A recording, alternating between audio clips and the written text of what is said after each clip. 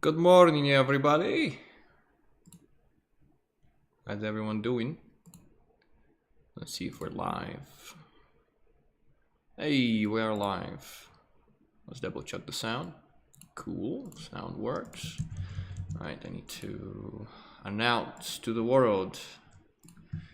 Everyone, let's go. Now we are live. Hey, people.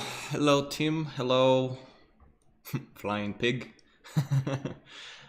Alright, today's an exciting day. Today we are gonna be picking a brain of a really good friend of mine, Toby. It's gonna be awesome. Hey, people. Hello, hello. Hello, hello. How's everyone doing? Hopefully good. Oh, today's a very rainy day, but the internet is good. So, if the gods of internet is gonna bless us, it's gonna be awesome and really, really cool. We have 2 minutes till we start. We'll get some people in chat so no one misses it. The epicness of today. Got my peach juice as usual.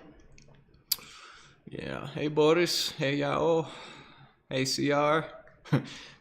Everyone is chanting Toby, Toby, Toby. Toby's hiding as usual in the background, smiling. Yeah, I know that a lot of people were. No one can hear you, Toby. Toby's making right now funny sounds, but only I can hear him because he's muted at the moment on the OBS. Yep, people are chanting your name, Toby. Like on the rock concert, you know. Just the smoke comes out, you know. The lights go in, and people are Toby, Toby, Toby. Yeah, but we have 1 more minute till we start. It's kind of funny. It is really funny. But yeah, today, guys, we're gonna dive into some exciting things. I'm excited for today's lecture because Toby keeps all his secrets away from me. He never talks about I say, Toby, how do I paint like you, man? He says usually like, yeah, dude, just do it, man. What's your problem? So Toby's cursing me. I tell you, you can hear it. Good that you can't hear it. Yeah, I like making fun. A good fun. Toby. If no one knows, Toby's a good friend of mine. We've been at it for a while. We've been working forever together and not knowing each other for a while. And then Borja, if you remember, the director who spoke here, he finally introduced us together. And yeah. All right. So it's already 11:05. It's 11:06. So shall we start? Shall we start? We shall. All right. Welcome everybody to lecture number 18. Man, time flies.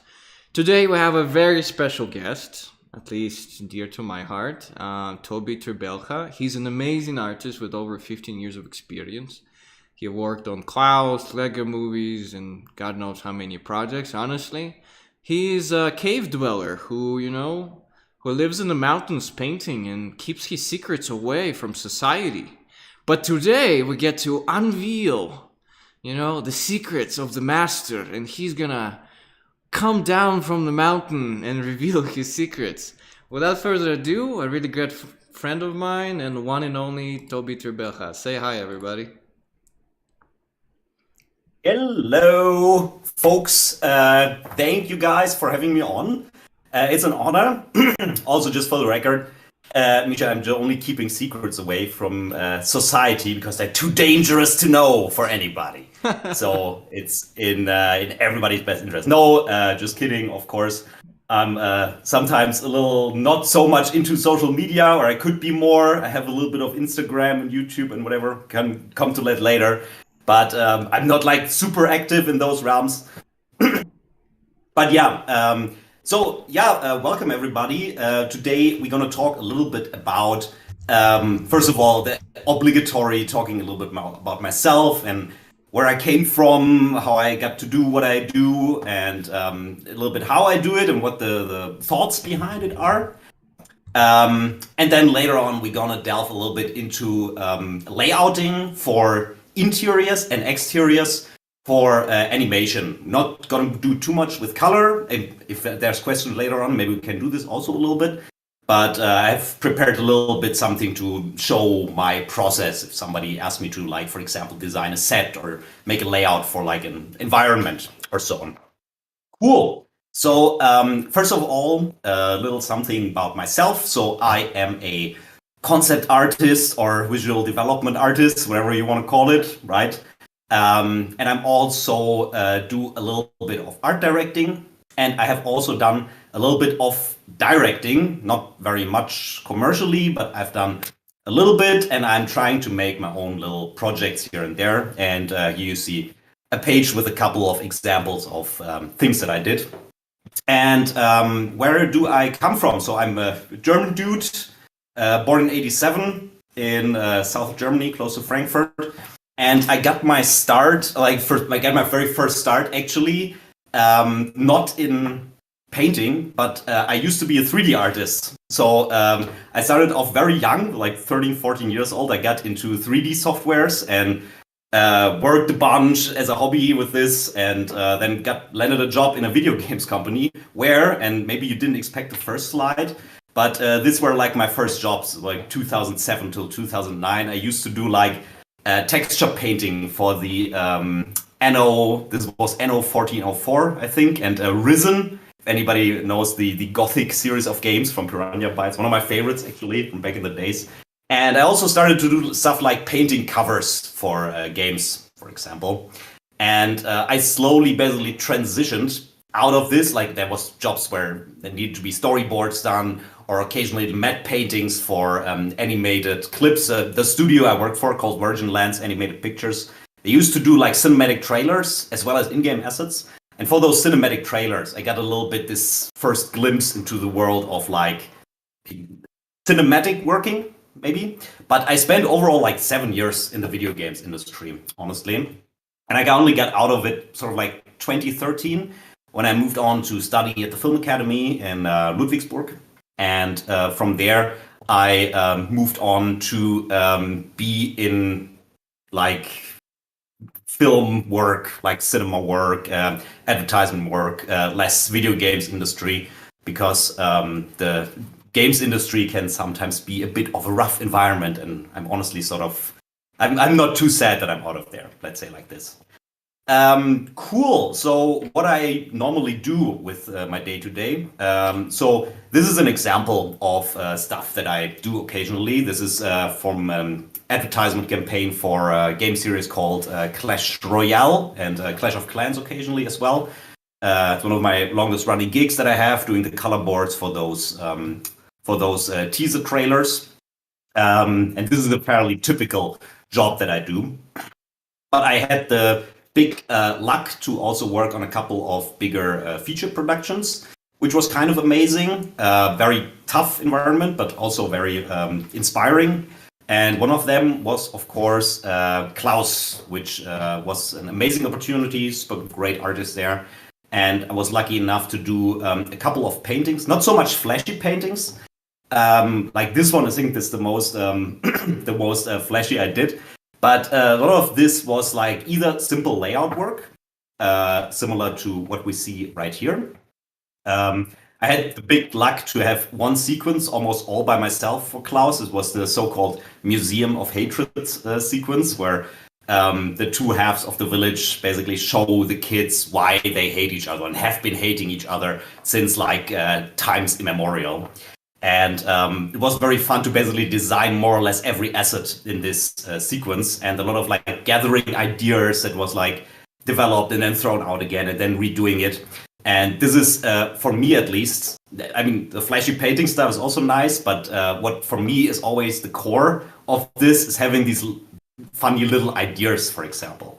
Like this is a nice thing, like one of my favorites that sadly didn't make it into the film because they went away from this kind of like historic approach.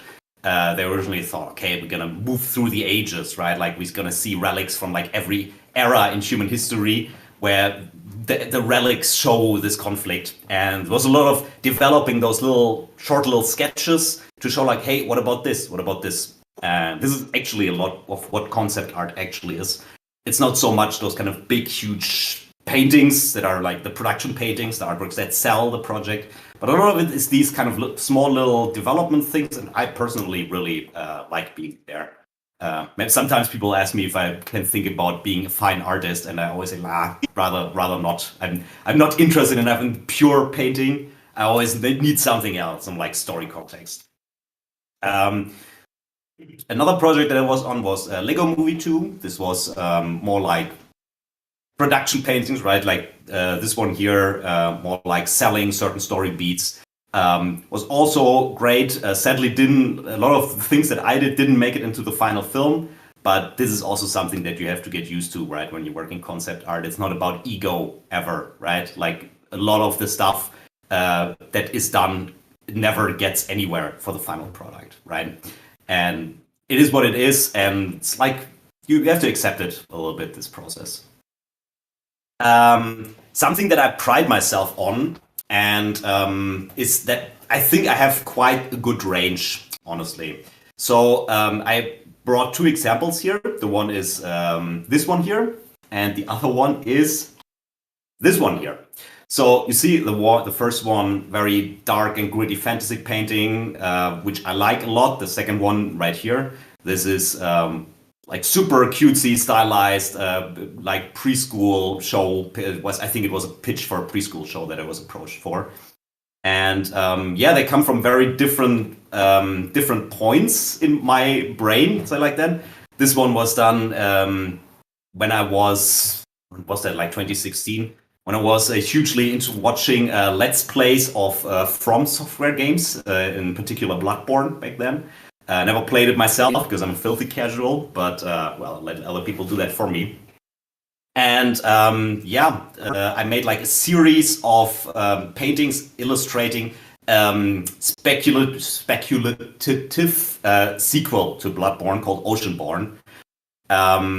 And this is one of the paintings out of the series, which, funny enough, I just received in the mail today. I received an art book by Vati Vinya, which is like a bigger YouTuber who does like Dark Souls and Elden Ring content and Bloodborne. And he made like an art challenge that I participated in, like sent the stuff in, and I was very happy, get featured on the channel a little bit. And I don't know, the commercial projects are cool, but this also makes me so happy, you know, like working those things that you actually find cool and do like fan art for people can be really amazing. And sometimes you never know, maybe sometimes cool things happen with this as well, right?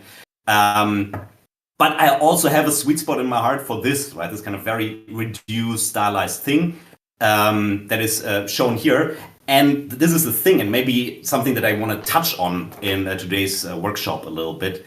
They all rely on the same base principles, right? No matter if you want to do dark, gritty, bloody fantasy art or preschool animation concepting, they're always the same things that lie underneath it that make it cool and interesting. And maybe we can find out what those principles are, right? Yeah. So another thing, like I'm just flipping through a couple of random works. Another thing of this kind of fan art category. I'm a big podcast listener. That is actually like relating to the thing I said before. Like I think I'm just interested in a bunch of different things, right? I don't have this kind of one style or this kind of one era of humanity or art or so that is my thing. I'm just like interested in everything. I listen to a lot of like sciencey stuff and whatever. And I think this really helps me in like broadening my horizon, so to speak, and to be able to cater to very different requests that reach me for art, right? This is one of my favorite podcasts. I'm a big fan of the horror genre. It's called the Magnus Archives. Great show if you want some fiction podcasts to listen to. And I decided to create a spec pitch for this in 2020, 2021. Makers of the show weren't interested, sadly. But it was fine. I made like a series of like 13 paintings, put them up on Instagram, and was amazed by like the feedback that it received was very cool. And then to relate back to the other things that we said at the beginning, also dabbling in filmmaking, right? So the school that I studied at is not an art school. I never received any like formal art education, which is not really a thing that is super needed in my opinion. It's hard to say. Like I know a couple of people who studied illustration. They're really amazing and can do things that I can't, definitely. So I don't want to talk shit about anybody. So it's fine. But like my school was a film school, so there was no painting classes or whatever. It was about filmmaking, right? And since I work in film now and do layouts for film, storyboarding for film, I actually found this quite helpful. And obviously, you also make your own films a little bit. And here are a couple of examples of things that I have directed. So first one is like Pirate Smooch trailer for a festival that we did. Here again, you see like a bit of a change of styles. This was a very like cutesy, kid-friendly animation film with 2 pirate ships. And here we have our graduation film that me and my colleague Carol did together called Malm 2019-2020, which is like a sort of gritty, a little bit funny, but still sort of gritty and horrifying black and white creep fest, which is also something that I'm into, right? I like Adventure Time at the same amount that I like David Lynch material. And I think being aware that there's this broad width of material out there that you can look at and take inspiration from. It's a great point. And finally, this is, I think, the only commercial thing that I ever directed, per se, is the trailer for the Magic the Gathering set, Terrors Beyond Death. Did it right after finishing school, actually, for Axis Studios in Glasgow. Very nice people. And yeah, they was also interested in doing like mocap with people and stuff. Not sure if I want to do it only. I think that is too hardcore for me. I'm not like a hardcore director and I like painting too much at the end of the day. But yeah, it was all experience that you can draw from and like improve your painting through the things you learn, and the painting informs this stuff, right? The directing as well. It's like you never have one area in your life where you're doing it in isolation. Always things inform each other, right? It's very important to do other things instead of just paint. Cool. And the last thing that maybe we can show was at the beginning of 2020. I think this was right when COVID started. It was my COVID project, basically. I started getting into a little software called Blender, and especially into Blender Grease Pencil. Blender is fantastic. It's a free 3D tool, completely free.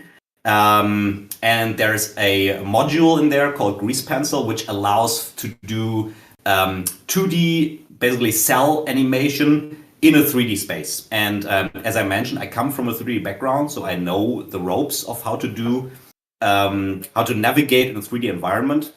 And I threw together basically a shot. It was like an escalated animatic test, basically. I said, okay, let's storyboard one shot and see how it ends up. And I ended up polishing it. I think it took me like 2-3 months or so to do this kind of 8-second shot where you see a screen grab from up here. Yeah, and then it found such great response, and the Blender community was so positive about it that I said, okay, let's make a full 30-second short film out of it.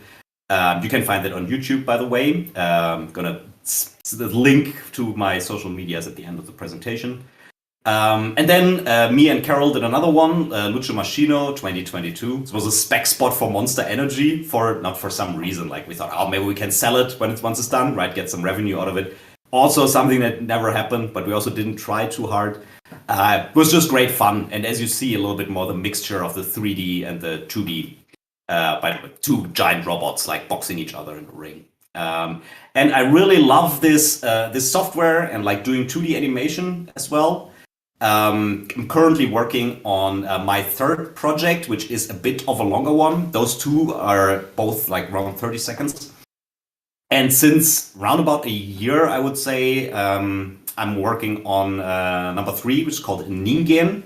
It is very different from the tone and approach. It's like very toned down, very like, it is akin to the horror genre, I would say. A bit weird, like semi-documentary style about some whalers going out hunting a cryptid creature, basically. I kind of show some stuff later on. This is what I'm currently working on. Cool. So this is it from stuff that I have done, worked on, whatever, what I earn my money with. And now, maybe first of all, because I just did a monologue now, maybe I can ask if there's like something that is still of interest to you people, because otherwise I'm going to talk a little bit about some underlying principles that I find super relevant to get into before we get into the actual drawing demo. I think just everybody is just, listening with their mouth open, and they go like, continue. You don't see their mouths. Shut up. Oh, come on, I know. Okay. Cool. So let's talk a little bit about conflicts, right? The real question whenever you do anything, be it a visual or music or drama, maybe, whenever you do any creative endeavor, is how do you make it interesting for other people to look at? How do you generate interest in what you're doing, right? What is the things that like draw people into the things that you do? And in my experience, it all boils down to contrasts and also conflicts. I added conflicts just because when you just say contrast, it's very easy to think of, this one here, right? Contrast in painting. This is what it looks like normally. Here is the first image. There's no conflict, no contrast. And this is what we think of when we say contrast, because that is what the Photoshop slider is called, right? The contrast is very bright and very dark against like a backdrop that is not that, right? The point of the highest contrast draws the eye. It's kind of an underlying principle that can be used very effectively and very easily per se. But I think it is, if you just think of this as contrast, it's not thinking enough about it, right? Because there's contrasts and conflicts everywhere to be found, and they sort of inform each other, right? Let me show you what I mean, because I have a couple of more slides prepared for this, and then I give an example of how things can inform each other in this regard. So we have this, right? Value contrast. We can also have an energy contrast, right? Here we have, or conflict, let's say an energy conflict. I just drew this like the two characters punching each other because it's sort of fun, right? But what this is, and what helped me draw the poses, is this situation up here, right? We have like a straight force hitting another straight force that is like 90-degree angle to it, right? So there's a conflict, a straight arrow punching against an immovable object. And what is the phrase? An unstoppable force meeting an immovable object. There's some conflict there, right? It's interesting to look at. Conflict can also come in the form of layout, right? What do you prioritize in your painting? What is the point that you want to make? It's something that is very important before you start painting or doing a layout for something. Similar to if you want to write a speech or so. First you have to think, what is actually the point that I'm trying to bring across, right? The same goes for painting. And you have to make those decisions. What do you emphasize and what do you de-emphasize, right? The image is very uninteresting if all the elements have the same screen space. You have to think like, this is what the image is about. They can also be sharp versus soft, right? The example I used here is basically a depth of field situation, where in the background there, it's classical, right? We all know it also from live action film, where characters are softer in the background and the focus is more on the sharp edges. But this is also something that can be used in other ways in painting, right? So something that I, for example, like to do when painting, I am a heavy user of the lasso tool in Photoshop, and I recommend it to everybody to do. It's something that is not done enough to lasso your shapes out properly. And then what looks very cool usually, if you don't use sharp brushes or heavily gritty texture brushes to draw inside it, but instead you use sort of like soft edged brushes, because then you have this kind of very clear outer line from the lasso tool, and you have your soft things that like work inside it, and it really helps to guide the eye to the object silhouette. We have the classical shape contrast, right? Like Sully and Mike from Monsters Inc. Technically, so edgy versus round can contrast with each other. There can be a thematic contrast inside of any given artwork. This is usually the point where you start your train of thought, right? Because usually, unless you're doing like speed painting, where you're just starting with a couple of shapes and see what you can make out of it, then you probably start with more contrast like this. But if you're starting from a point of a story, or you receive a story from somebody and say like, hey, can you illustrate that? Then it's important to find out what is the theme that they're trying to get across. What is the basic thematic conflict? There's always something in a story, because otherwise there wouldn't be a story that wasn't one of those. And then a bit more related to the technical ones in the beginning, there can be color contrast, right? The yellow clashing with the blue in the background. And there can obviously also be saturation contrast, the saturated characters against the same color in the background, but with less saturation, that makes the characters stand out from the background. So how do you, here's a couple of more examples where I try to give some more things along those lines, right? Theme the tank with a funny kitty cat. Dull saturation. We have energy versus energy. I really like this one because it's fairly simple, right? You just have the flowing, sort of natural feeling lines and just like a straight shape that is like crossing the line. So here we actually have two conflicts. We have the energy versus energy, and we have also the edgy versus round. Just por ejemplo. But yeah, so how do we use that? The idea is, or like the gag is, how do we cram as many conflicts as we can into any given artwork? It's sometimes really as simple as that. And what conflicts to choose is really, it really informs each other, right? When you have a starting point. Let me give an example. For example, you want to do a spaceship that has crash landed in a jungle environment. And you have maybe some like medieval looking folk running around and inspecting it. Oh, what is this weird object that is there? So something that comes to mind immediately, this is obviously a theme versus theme conflict, right? We have like sci-fi, high tech versus low tech, like nature and jungle.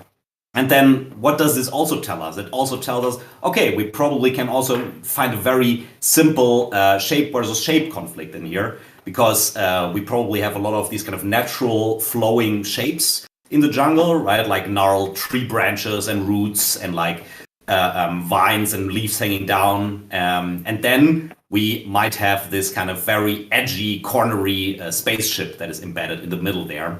And this can also inform, like, what do you actually want the spaceship to look like? Like, how do you want to design it, right? If you want this contrast to look good, then you probably don't want a spaceship that looks like what they called the Protoss in StarCraft, right? Where they all have like supernatural, flowing, elvish shapes, because that wouldn't contrast very nicely with a jungle environment, right? Like you want something edgy in there. And if you have this soft flowing spaceship, maybe you want your jungle to look different. Maybe instead of gnarled tree roots, maybe you do like just straight trees, right? So you have like a nice shape versus shape contrast. And you can do the same with the color, right? If there's a certain time of day that you want it to be, can you do something with onset light, and so on.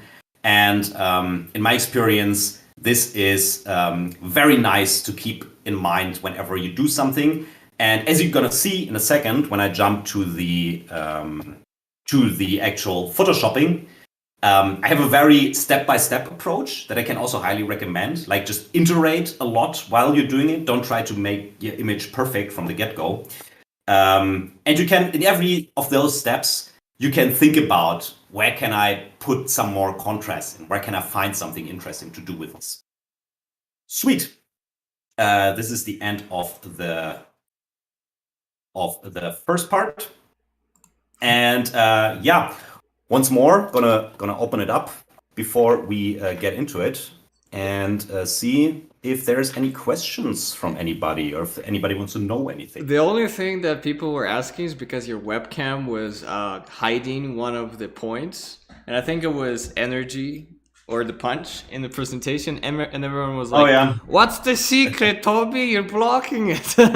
What's the secret? Oh no, it was just an energy versus energy conflict. That's what I was talking about, right? If you have two forces in an image, like you have the most simple one is like you have a curve that is like that, and you have like a force that is like crashing into this, right? You have the Death Star and the executor crashing into the Death Star, right? Classical image from Return of the Jedi, right? This is a traditional, very simply shaped conflict. I mean, that's what makes the designs of Star Wars so great, because they're so simplified. You can break them down into such simple concepts sometimes, right? Yeah. Now you people know what was hiding behind it. So. Okay. Cool. Sweet. So let us design some sort of an environment. So this is not the most, I think, the most inspired thing that that we're doing today. But I just like threw something together, and hopefully I can inform you a little bit about the process of how to get somewhere. So today we're gonna do like a landscape with sort of like a floating castle structure in the background there, right? I usually, if I have anything, and I can highly recommend this to you, I never start any proper design process in Photoshop. I don't know what it is. Maybe I'm just old. This is also possible. But I can never be truly creative when I sit in front of Photoshop. I always have to go out with sketchbook, sit in a cafe or so for an hour and just like gather ideas in a sketchbook, or even better on a couple of loose sheets of paper, because like the fact that you can just like throw it in the garbage really frees you up to just like experiment and doodle. There's like first things, it's like making notes for yourself that only you are supposed to read because you have shitty handwriting, right? But nobody cares because it's just for you, this kind of first steps. And I always found this tremendously helpful in order to like open up my brain to like possibilities, what I actually want to do. And if I have a couple of good ideas, I'm like, okay, there's something, there's an idea. Then I go to Photoshop and start drawing. It's not the case here. I started directly in Photoshop, but just if you feel stuck anytime, can highly recommend just switch off the computer, turn off your phone for a minute, go with your sketchbook somewhere, spend an hour or so, gather ideas. Okay, I mostly start off with a blank canvas, as we all do, and I make it like a bit of a gray tone, so it doesn't hurt my eyes so much. And this is normally what I start off with, right? Very simple one-point perspective system. I usually don't construct very correctly in these first steps in this layout, because there's always time to do it later on, right? These first steps are just for figuring out what you actually want to be in this picture, right? If you want to do the proper like 2-point perspective, right, and do the real construction, all the Feng Tzu art school stuff, like feel free to do so, especially if the artwork is supposed to be very polished. It definitely makes sense to do. But for this first step, it's really just about figuring out those conflicts, right, that we're saying. By the way, I'm not going to talk too much about brushes. I think brushes, it's a highly overrated subject. I mean, one of the greatest of all times, Craig Mullins, famously only painted with his standard round brush. I have a color jitter in there for some reason.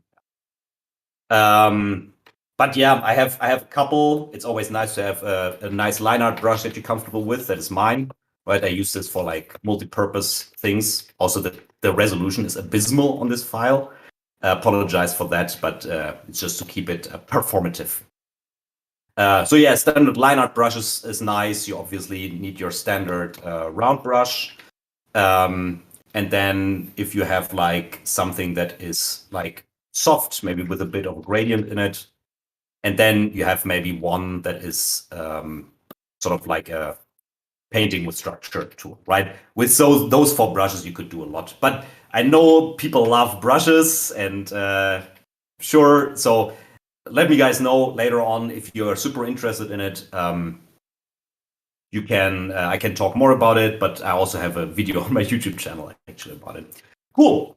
So we have a perspective system. Notice that I put the point down here, right? I didn't put it in the middle of the image. I always recommend doing this whenever we do something, this is like the first statement, right? This means like your horizon is here.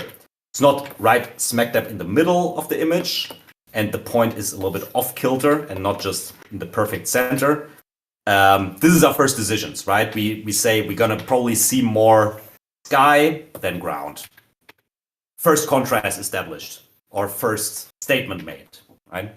And then I'm just gonna start blocking in very roughly what I wanna do. Looks like this. Really underwhelming stuff, right? But this is the beauty of Photoshop. You can iterate really fast. And here you see, okay, I started off with, as I said earlier, we want this kind of floating castle. And I said, like, what if we have this sort of like a cube thing, like almost like a Borg cube, right? That is in the background there. And you can just like slap that in here. Kind of an angular thing that is hovering there over the landscape. And in the background here, we have, as I said, hills. And I decided to make them a little bit blobby, a little bit like, Adventure Time hills. Just because we have this edgy structure, it makes sense for me to make the landscape not that, right? So the eye gets drawn to this edgy structure that is in the middle here, right? So you have these kind of round hills that go into the distance.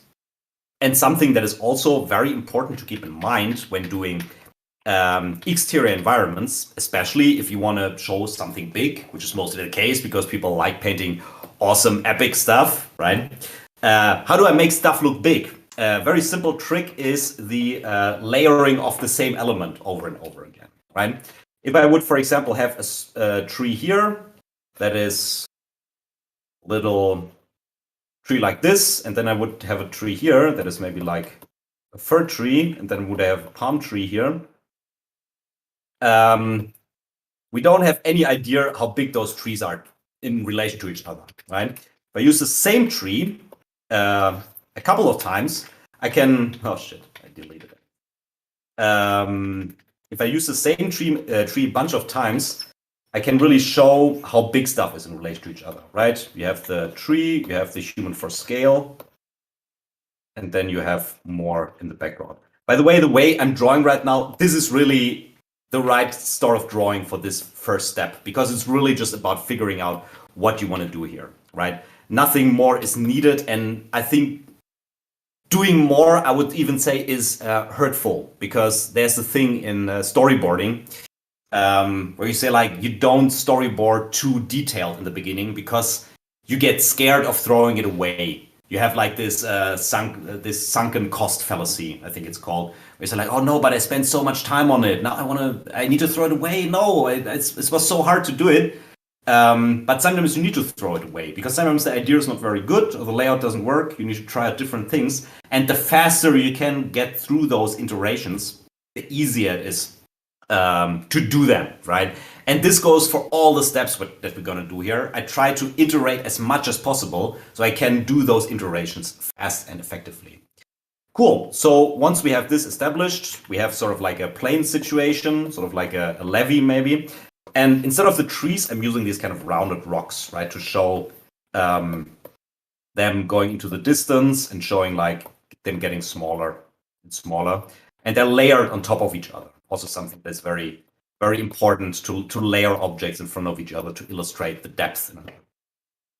Right, so now we have done this, we can actually say, okay, we're just gonna take this, we're just gonna make it a bit brighter, crank up the saturation, or actually just color it all blue, similar to what you do in cell animation. And then we can draw a second pass on top of it. And I do this a lot, you guys. I mean, a lot. Sometimes it depends really on the detail level, what you want to arrive at. And you might say like, hey, isn't it like super time consuming to do like 5 passes of a drawing instead of trying to do it the first time? To that, I would respond, I am not Kim Yoon-gi, and nobody is except Kim Yoon-gi. And second of all, in my experience, it's actually faster to iterate. Just because you don't spend, you just think about the right things at the right moment. You don't get caught up in details that don't work in the big picture, right? So now we can do a second pass, right? Maybe like define the edge of the hill here. Maybe there's another stone. Maybe do those rocks a little bit more concretely. indicates a little bit of vegetation. You can do a little bit of stroke situation down here on the floor. And in this thing, we can also start adding a couple of details, maybe some chipped away edges. You can start indicating maybe a couple of roofs here on the top, and so on and so forth. And what you end up with is probably something looks similar to this, right? Also, nothing too complicated yet. You notice I made a couple of decisions to add like one big rock here. I indicated a couple of clouds in the background that I want to have. And I also indicated a couple of cables that go from the castle downwards, which is part of the path, what I would say, let's call it the path system, right?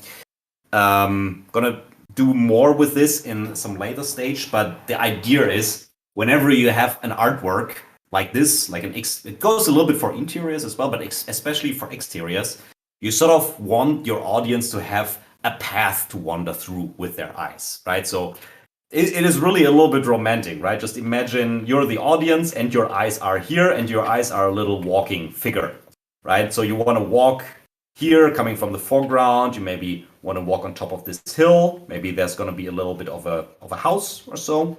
And then you want to walk back here into the background.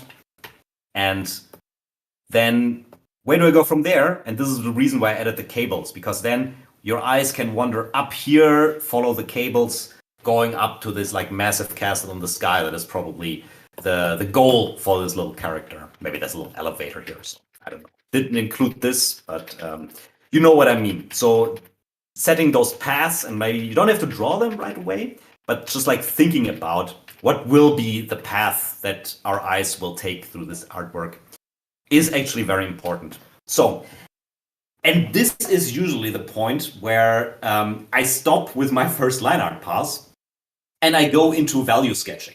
Like a couple of people like to start with values, and I like to start with line art. It really comes down a little bit to personal preference.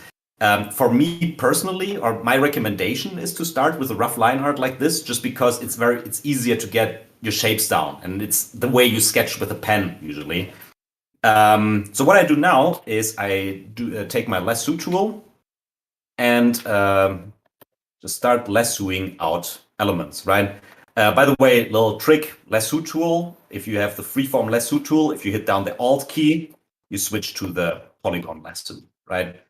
And as soon as you let go of the Alt key, closes the selection, and then you have like can do like a weird hybrid. Same if you do the Alt key and then you press and hold while drawing, you can make solid shapes, right? And you can create basically every shape that you need. So it's very easy to lasso this out for me. I'm gonna do this. The reason why I jump into value here is, especially in environments, there's only so much a line art can tell you. And you need to check your own composition, right? Is this working, what I'm doing here, right? Is there something to be said for this, what I'm trying here? And now I'm just filling it with colors, right? I'm just keeping this castle here on a separate layer, filling it with a gray, and then I can just lasso out the landscape. It's really not about precision. If you really need to lasso out precise, if you want to do a really, really polished artwork, you can instead use the path tool or the pen tool, right, to make like proper Bezier curves. But for layouting, it's really shooting sparrows with cannons is the German saying for that. So yeah, and then we can maybe say, okay, here's a couple of clouds in the background. Whoop. I basically, by the way, I have made myself an action. You can make yourself actions here in Photoshop. New layer, the command new layer, I put on F2, so I can make a stack of new layers here. And F4 is undo, so it's like really lifesaver sometimes, because otherwise it just like asks you, do you want to create a new layer? And you have to click yes, and then I just want to create 5 of them. Right, so that is it. And you're gonna end up with something that looks like this. Here we go. I also added a bit of a mountain range in the background. This is what I meant. It's very hard to sketch this out. But here you can say, like, okay, we need something that is even more further back. right, than these little hills. Otherwise, it's going to be weirdly flat, the whole artwork. So I added this just with the polygon lasso, right, and filled it. And it works fine. I think for our purposes, it's going to be cool little artwork. Okay, and this is what it looks like without the line art and with the line art. And sometimes I like to work more on it, right? Very easy trick for environments, especially if you sort of like what I would call a classic scene like this is if you work a little bit with gradients, right? Now we have these kind of nice solid shapes, and we wanna give it a little bit of a feel of that there's something happening in there, right? So for example, I take here a dark tone. Whoop, save selection not on. No, save selection is not on. Dark tone, dabble it over here, and we want to brighten it in the bottom, right? Why do you brighten it in the bottom, Toby? It's like the light is coming from the top, no? Nah, but it always looks good if you have a little bit of a ground fog, right? Like this classical a mist lies in the valley and the mountains rise on top of it, right? So you can do this, right? Have like a white with like 30%, maybe 10%. And you can also do this with the background. I already did it a little bit here, right? Like drawing a little bit on white down here. And with the castle itself, we can probably maybe receive some bounce light from down below. Maybe darken it on this side a little bit, right? So maybe there's like a cloud passing overhead. This side can be a little bit darker. There you go. And you can like very slowly gently dab your way towards the values that you actually want to have, right? There we go. Notice what I don't do here, which is very important and it's very easy to get wrong, is I don't do this. Here, let me give you an example. I don't do this. See, I don't put like white edges here and like a black here. So this is to avoid, basically. Reason why this is to avoid is you want in this sort of like classical landscape painting, you usually go from dark in the foreground to bright in the background. It's very important that you keep those levels roughly in the same tonal range, right? That you can always break it down to like dark, brighter, brighter, brighter, brighter, brighter, very bright in the background. So you have this kind of easy read of foreground to background. And if you, for example, try to paint details inside of this castle, right, you will only use the values that are defined here, right? You don't break off into like super dark details because that would make it into a foreground element. You maintain this color scheme, right? If I want to draw a dark window, I just use this as a dark tone, right? So if you do value sketching, and again, you can start with values right away if you feel comfortable with it. That is very important to keep in mind if you work with values. Okay, when we're done with this, what we have looks more or less like so. You see, so what I did here is I took a brush that is a little bit different.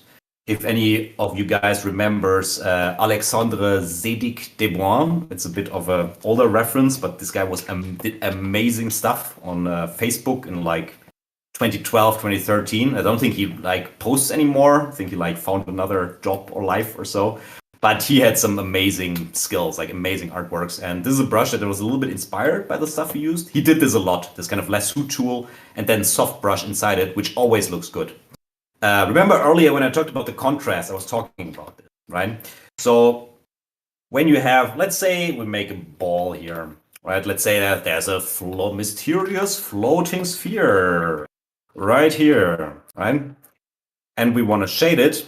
We have the option to, so basically we have two options, right? We can do this.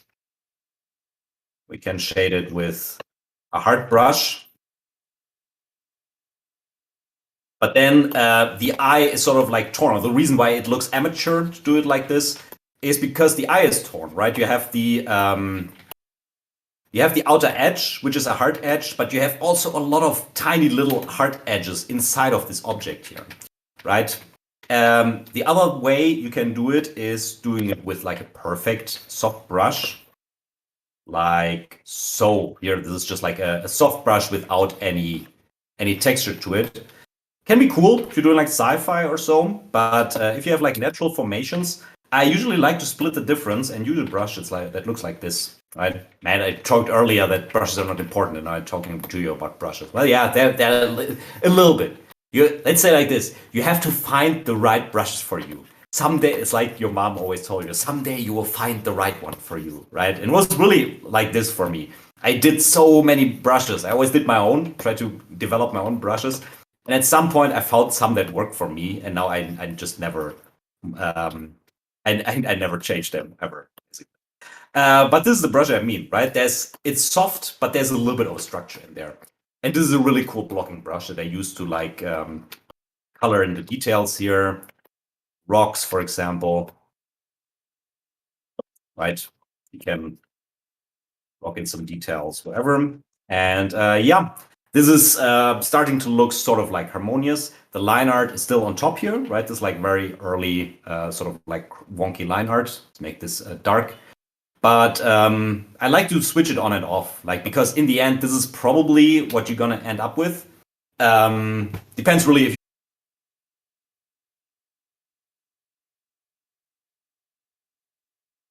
it for 2D characters. But yeah, Misha, yes. Oh, okay, cool. Hope everybody is still doing fine out there. Cool. And so I just said we have still this line art pass, right? And now we can go back and say like, okay, we want to bring this to the next level. Let's bring it to the next level because now we have, I would say, sort of a concise idea of where this artwork is heading, right? This is like a very good base. And it's very easy to draw details on top and really just focus on the details and nothing else, right? So you can start, for example, by saying like, okay, maybe there is a little house that we want up here, right? And now we try to be a little bit more precise with our drawing, not like super precise. This can be a third step. And again, really, in my experience, it makes really sense to break it up into these kind of separate steps. Stones, maybe we can have a couple of trees that grow off the side of this hill here, right? And this is the same detail level as I did before. I'm not at the perfect line art yet, but a little bit more, right? And I'm kind of eating my way slowly into those kind of small details that I want the image to have, right? And depending on really where you want to land with it, like level of polish, you can do this more or less. You know, now you can start to define maybe how does this stuff on top here actually work, right? How do these things fit together? Is there a little stair? Maybe there's like a tower that is breaking out from here with some battlements on the top. There might be a couple of houses with roofs that are shown on top here, right? And still not defining much. You know, I'm not drawing little actual people that are running around here, but we can just like repeat this process and draw. At some point, we draw our little people that are running around in here, right? To like eat your way into smaller and smaller details, right? We can say like, okay, maybe there's a pole here in the landscape which castle is tied to, right? Is this actually a rope or is it maybe like a huge chain, like God of War style, big chains you can climb up? And so on. Think a little bit about vegetation, some bushes again. Earlier on, I talked about this pathway, right? Now we can think, maybe there's a little like stairs leading up this hill, right? There's like a little pavilion. Maybe there's like a gate on the other side where you come down the stairs and there's like a road leading into the back towards the castle. And maybe here in the foreground, we see a bit of a handrail or so, or maybe another gate that somebody would walk through and go into this crazy world that we're creating. Notice that a lot of those things also with this way have to do with basically segmenting your space into layers, right? The more you can do that, the better. Because in the end, it's a 2D image that tries to evoke, that tries to tell you, hey, I'm not a 2D image, I actually 3D, I actually have depth, right? And the way to trick your audience to believe this is by adding this kind of layers of depth. A lot of people forget, for example, the super foreground. Something that actually the art directors and Klaus always told me, hey, Toby, put more stuff in the foreground, right? And here, once more, I didn't do this, right? I have this big rock, but what I don't have is like one huge tree or like just a tree branch that comes up, right? That builds like your super foreground per se, right? Didn't have that. I don't have like I don't know what could be super foreground. Yeah, branch is always a good idea if you don't cannot think of anything else to frame it with, or like I don't know, a ledge with a car on it. Here we have our thematic contrast: medieval castle, and we have like a car. This it's just I'm just BSing right now, but you catch my drift, right? Cool. And once you have detailed it and did this pass, you might end up with something like that, right? So I decided to go a little bit of a ancient Asian style, right, with those kind of like arced roofs and gates, and I also defined the gate of the castle to be a little bit like this. Here's another thing that can be like portcullis for the people to come in. I added like a little bit of spikes, or I indicated that I want probably to put some spikes in here. Again, this is about defining this kind of foreground, middle ground, background with repeating elements. And I also put like loops of trees around these things. Right? This is also a nice design principle. You have like an object of any shape, you can, instead of just like placing stuff willy-nilly, you can like see if you can build something that wraps around objects, right? That illustrates the shape way better. Like if you have like trees that grow in sort of like a dynamic pattern around it instead of just like random. Okay, and we have the ropes. We have a couple of here you see my attempts at doing these kind of like super foreground. I actually think there's kick this out, and you see how I'm erasing everything. This is still all layout. This is all like throwawayable, right? But doing this whole thing took me like 15, 20 minutes, maybe doing it yesterday evening. And the nice thing is you can churn those out sort of fast, right? If you need to storyboard something, find ideas for an artwork that you want to do, right? Do a couple of those. Maybe do like we do a proper like tree in the foreground. Yeah, oh shit. Yeah, there we go. Couple of branches.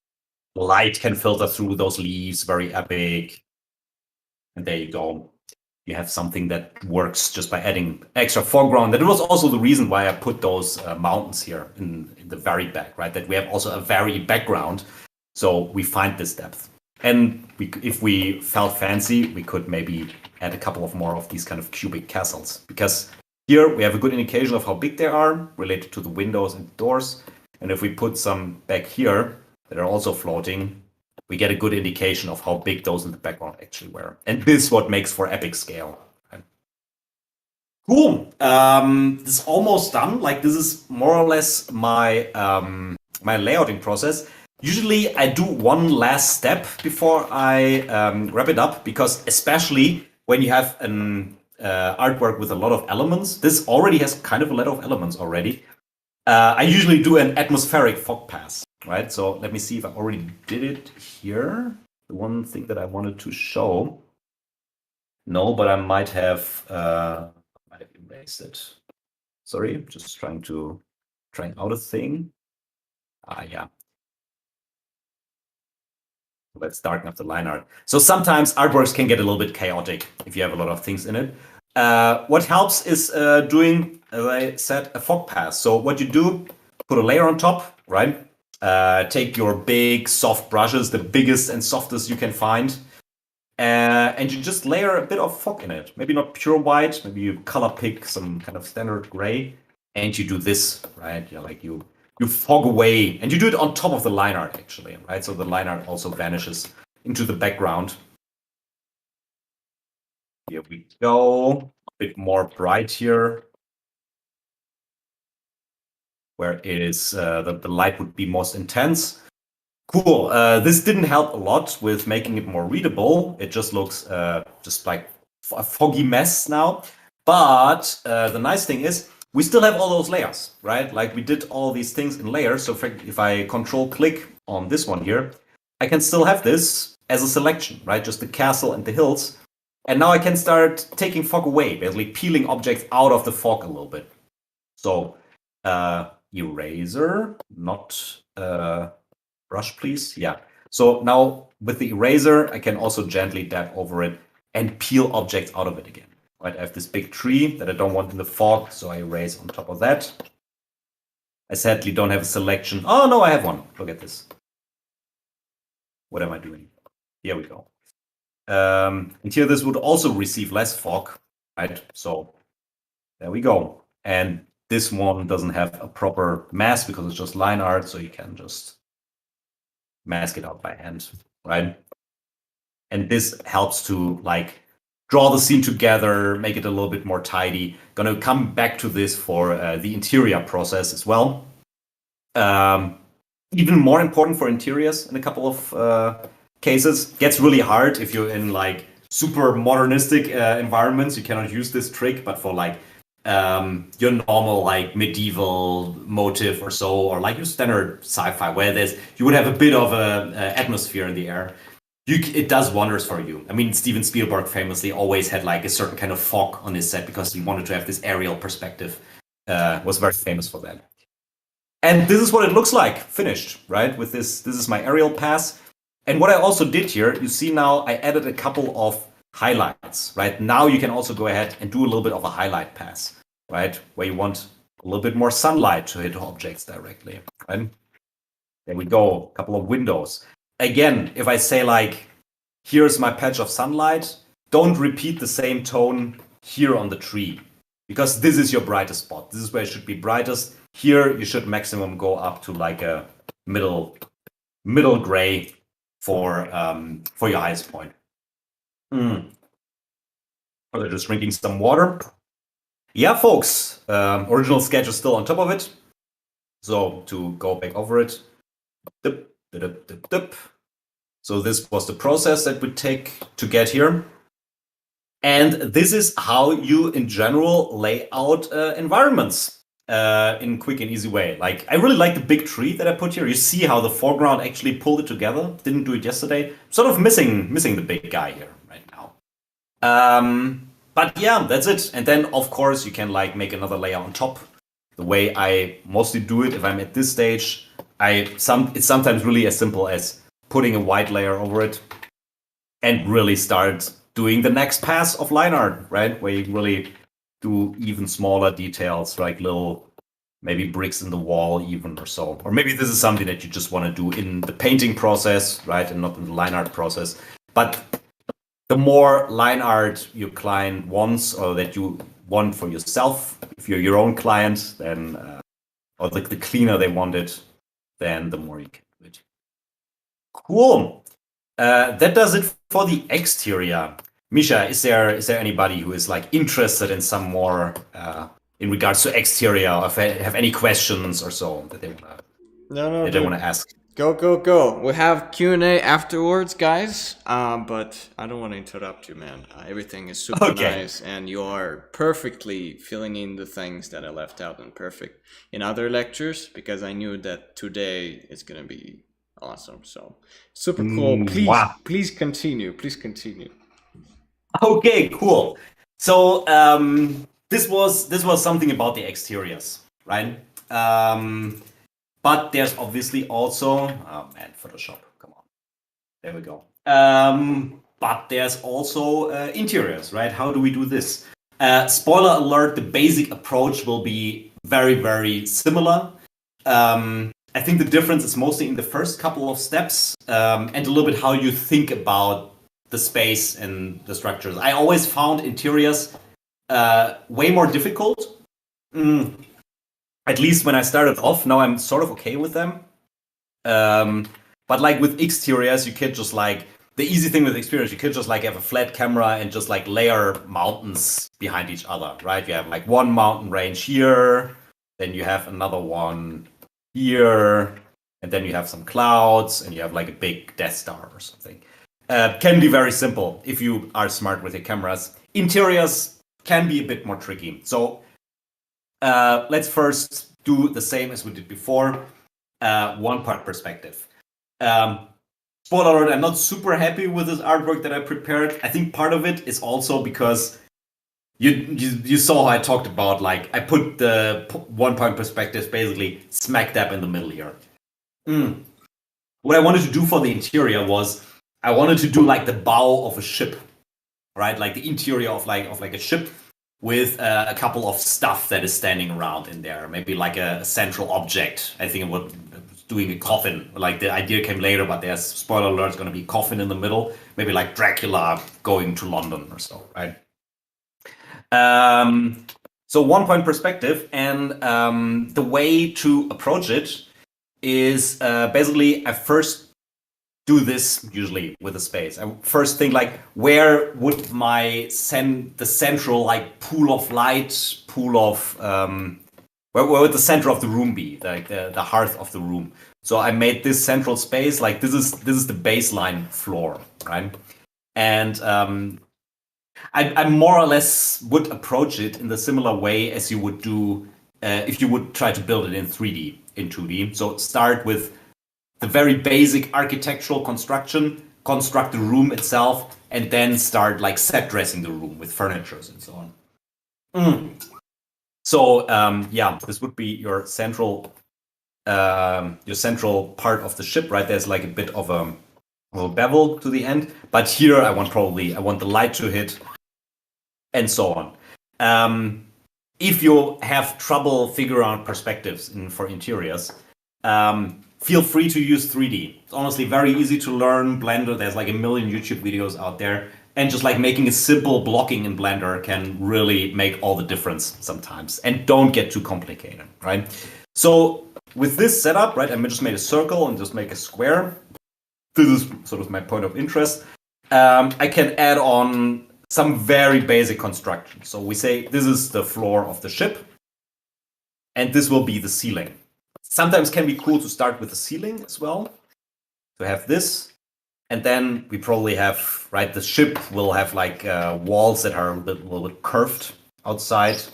So let's indicate this. This is where the one point perspective comes into play. This is sort of like perspective shortening. So just something you have to develop a feeling for. So there's no like handbook for it. Really depends on like, the camera lens that you choose, for example. So this is probably what we're gonna have. Right, and maybe like some stairs leading up, some hatch, right? This is the same as we did before, very basic step. This is what I came up with in the demo yesterday. So I want to have like a two-pronged thing where there's a little bit of an elevator platform, stairs leading up to like a hatch, and the walls going up here, right? There's like the sides. There we go, very basic structure. Note that I don't care yet for anything that is in this space, right? I just want to define the space first, and really, really try to think like an architect when you're trying to do this stuff. It really helps to like break it down. Again, baby steps, right? Cool. Now, second part, we're gonna think about foreground, middle ground, background. Similar to what we did to the rocks before, right? So I thought like, what if we put a couple of vertical beams, right? Similar to this. Maybe there can be another one back here. Again, repeating elements, right? Helps to illustrate the space.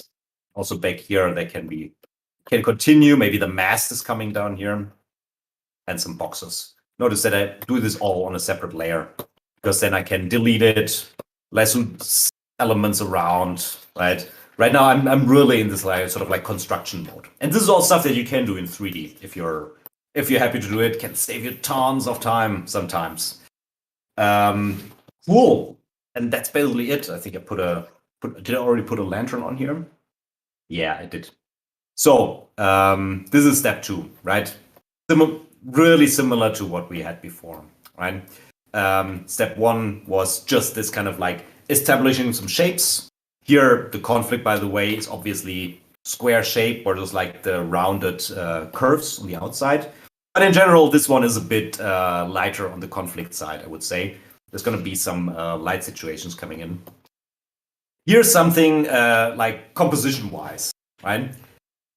This stuff here, just I indicated I want something here. I don't know yet what I want there, but something, right? The reason was, this was basically informed by this, right? I put in this kind of vertical pillars. Then I noticed, okay, with the perspective, this pillar would be off screen. So if I definitely want it on screen, I could change the image, right? I could like take all this stuff, shove it around, opening up the perspective a little bit, right? This would be one option. That's the entire beauty of working digitally, right? Because you can modify so much in this process. But what if we don't want to do this? What if this is the camera that we chose, and now the perspective is skewing very much to this side, right? There's like a lot going on here, and there's nothing going on here because this beam is not here. So we need something to fill up this foreground. So that is why I said like, okay, probably a couple of boxes, maybe something else. I don't know yet. And it's really not super important to know yet at this stage. There's time to think about this later. For now, I just put something here to say something. That's it, right? And remember that we had this basic construction, right? This kind of square here, still present.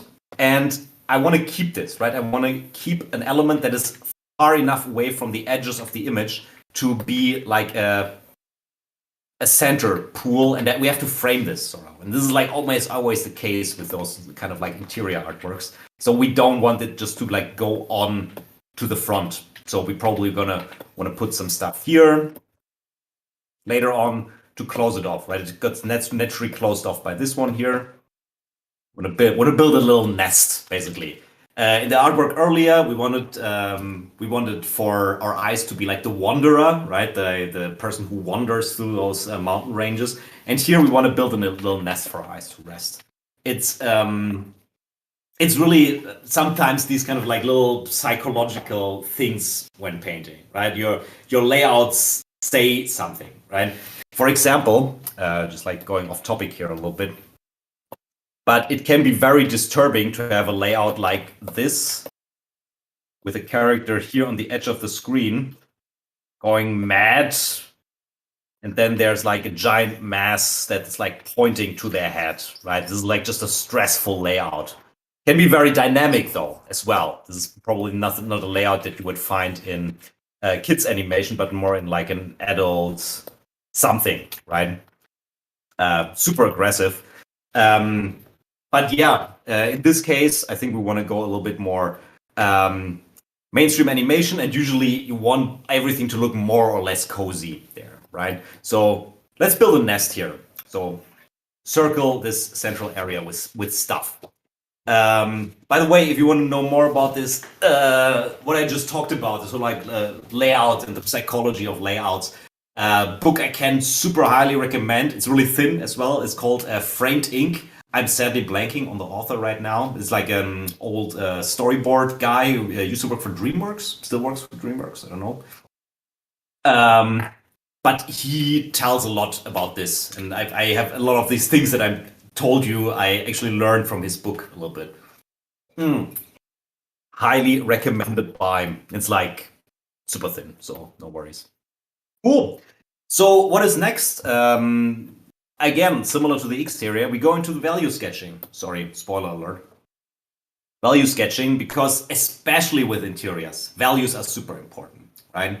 And this will be our super basic split, right? We have some dark elements in the foreground and then everything else, right? That's it. You can also indicate some sort of like set lighting here. What I did here is I filled this, I lassoed this out. I filled this with like a standard gray. I didn't go completely black. Save your total blacks and your total whites for special occasions, let's say like this. I would say this is okay. If you use true unfiltered black or true unfiltered white, it's very jarring. It should be reserved for highlights. For example, here there's going to be a flame in this oil lamp.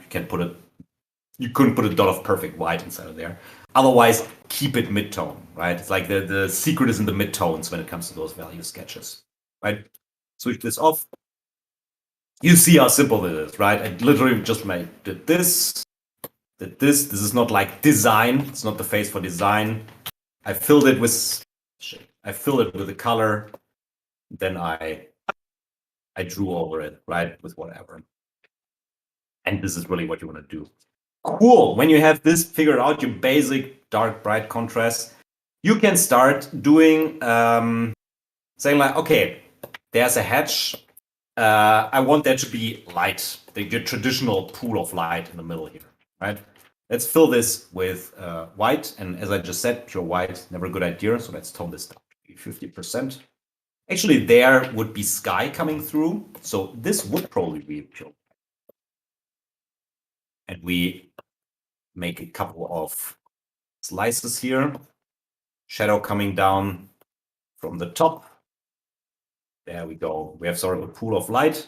And we can start using our lasso tool to do some very basic shading here, right? And this is why I love the lasso tool, right? We have, we take our soft brush and we pick up a dark color here. Big fan of the color picker. And then let's darken this a little bit. Again, don't go too crazy, right? You see, I'm just darkening it a little bit. Ceiling will be dark, probably a little bit brighter than the upper edge of the wall. If you look to your own walls in your own room, you're probably going to see that probably the darkest point is never the ceiling because it receives all the indirect light from the floor. The darkest point is usually the top edge of the wall hitting the top. Just like a little bit of a tangent there, sorry. But yeah, and we can start establishing a little bit of a haze that's going in there. And now we can also peel this stairs out of it, right? Stairs would be maybe smart to do it on a separate layer. I'm sure I've done this, but just for demonstration purposes, right? And here the side would be a bit darker again. Notice how slight the tone variations are that I'm doing here. And this is really what you want to do in this stage. This is not the time for like the big huge statements, right? And you can work your way through there, and you're gonna end up with something along those lines here. This is what I did yesterday, right?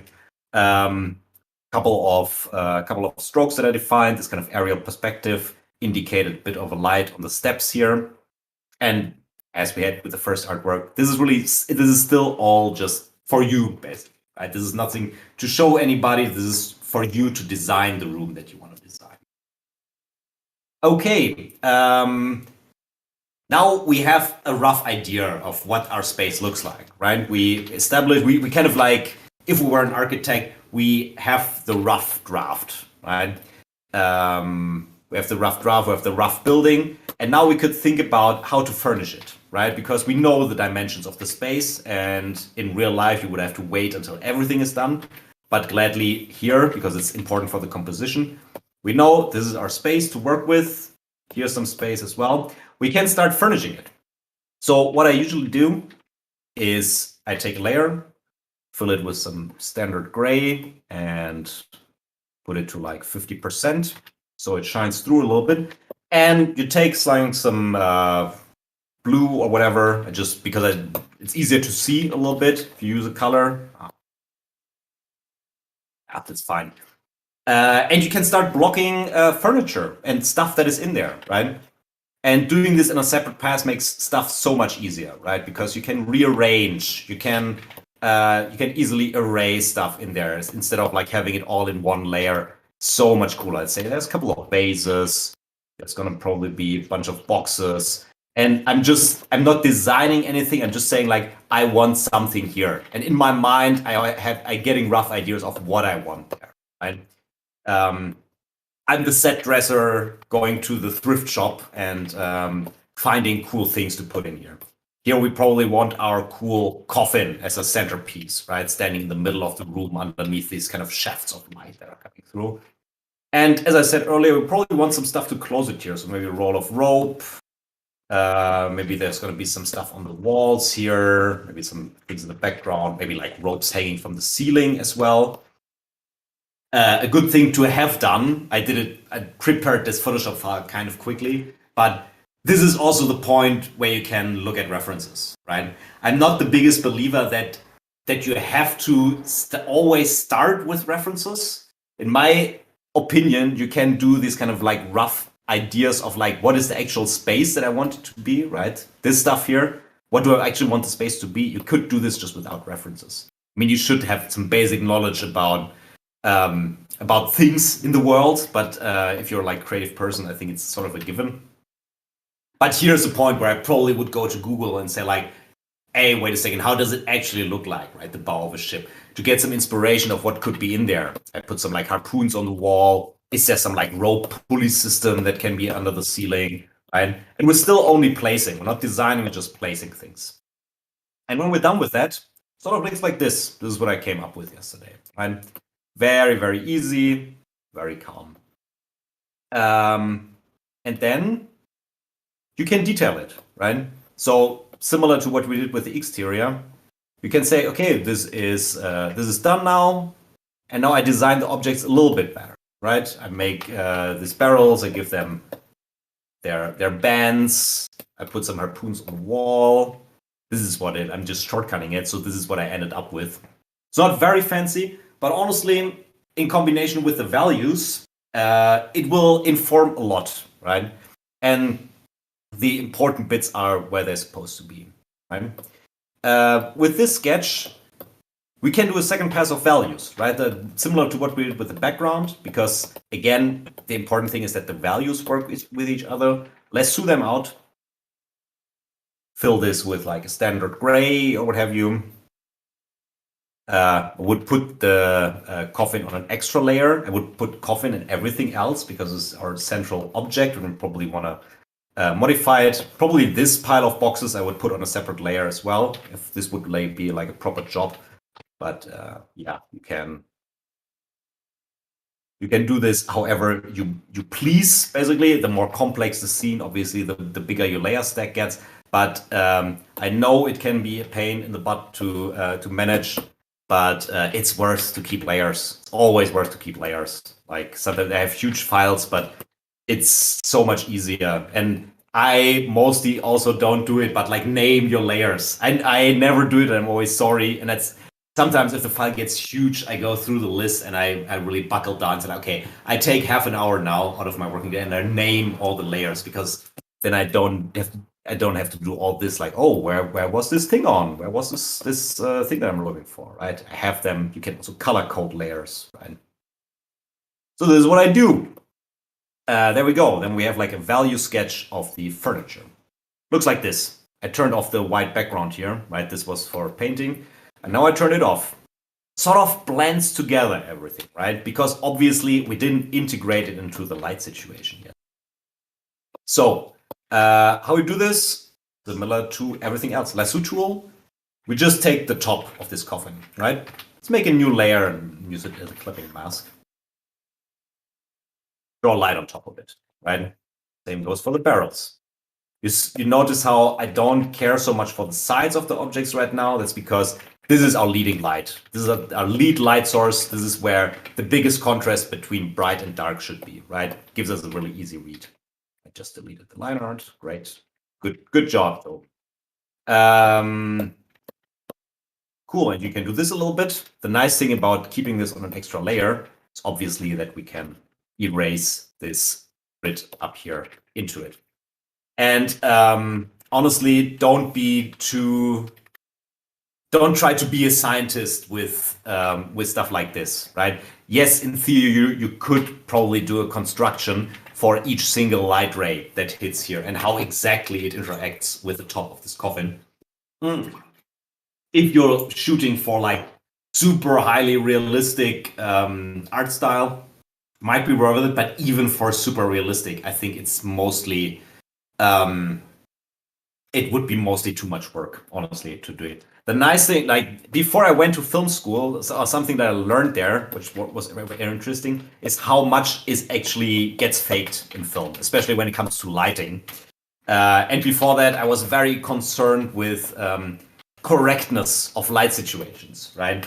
It's good to study this, definitely, to learn how light behaves in the real world. But in the film, when a character doesn't have a rim light, and the light situation doesn't give you one, and the director says, I want a rim light on this character, they didn't just I'm gonna put a spotlight there that creates it.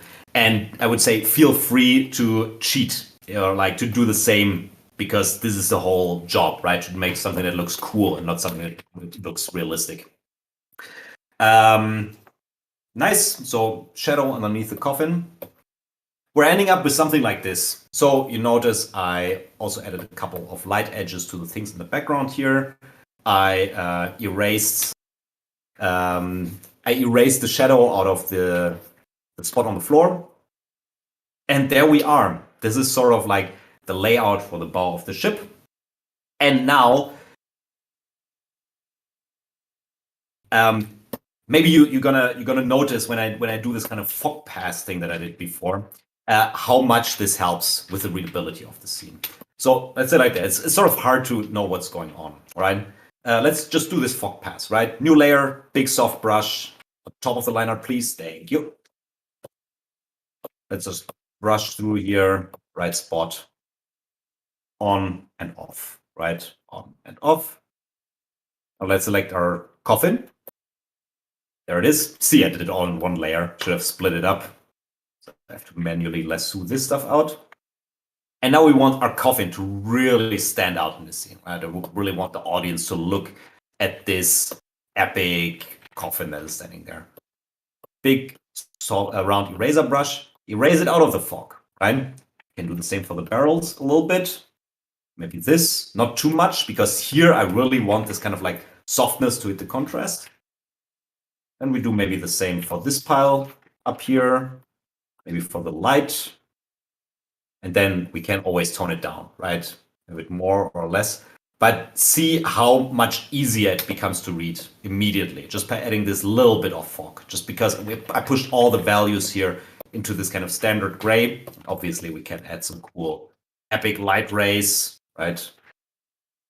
Fill it with white. Erase some stuff out of it. There you go, Bob's your uncle. For cool looking lighting situation. And this is more or less the final result that we had, right? I made it a bit of a light shaft coming down. And yeah, similar to the exterior, you can go ad infinitum with this stuff, right? And a little bit of it is like how to be faster and how to be more effective at it. Comes down to experience a little bit, right? For example, if I would say, let's make the next pass of line art. Would I do all the planks here from the ship? Maybe I would if I needed to show this to a client or so and really show them like the old gnarled wood and that the planks have different sizes because it's a bit of a toony film, right? If I would just make the painting, I say like probably not, because later on, if we paint this, we're gonna probably just do a texture with planks, right? Just do something like this, and just like throwing together something, right? Something like this with a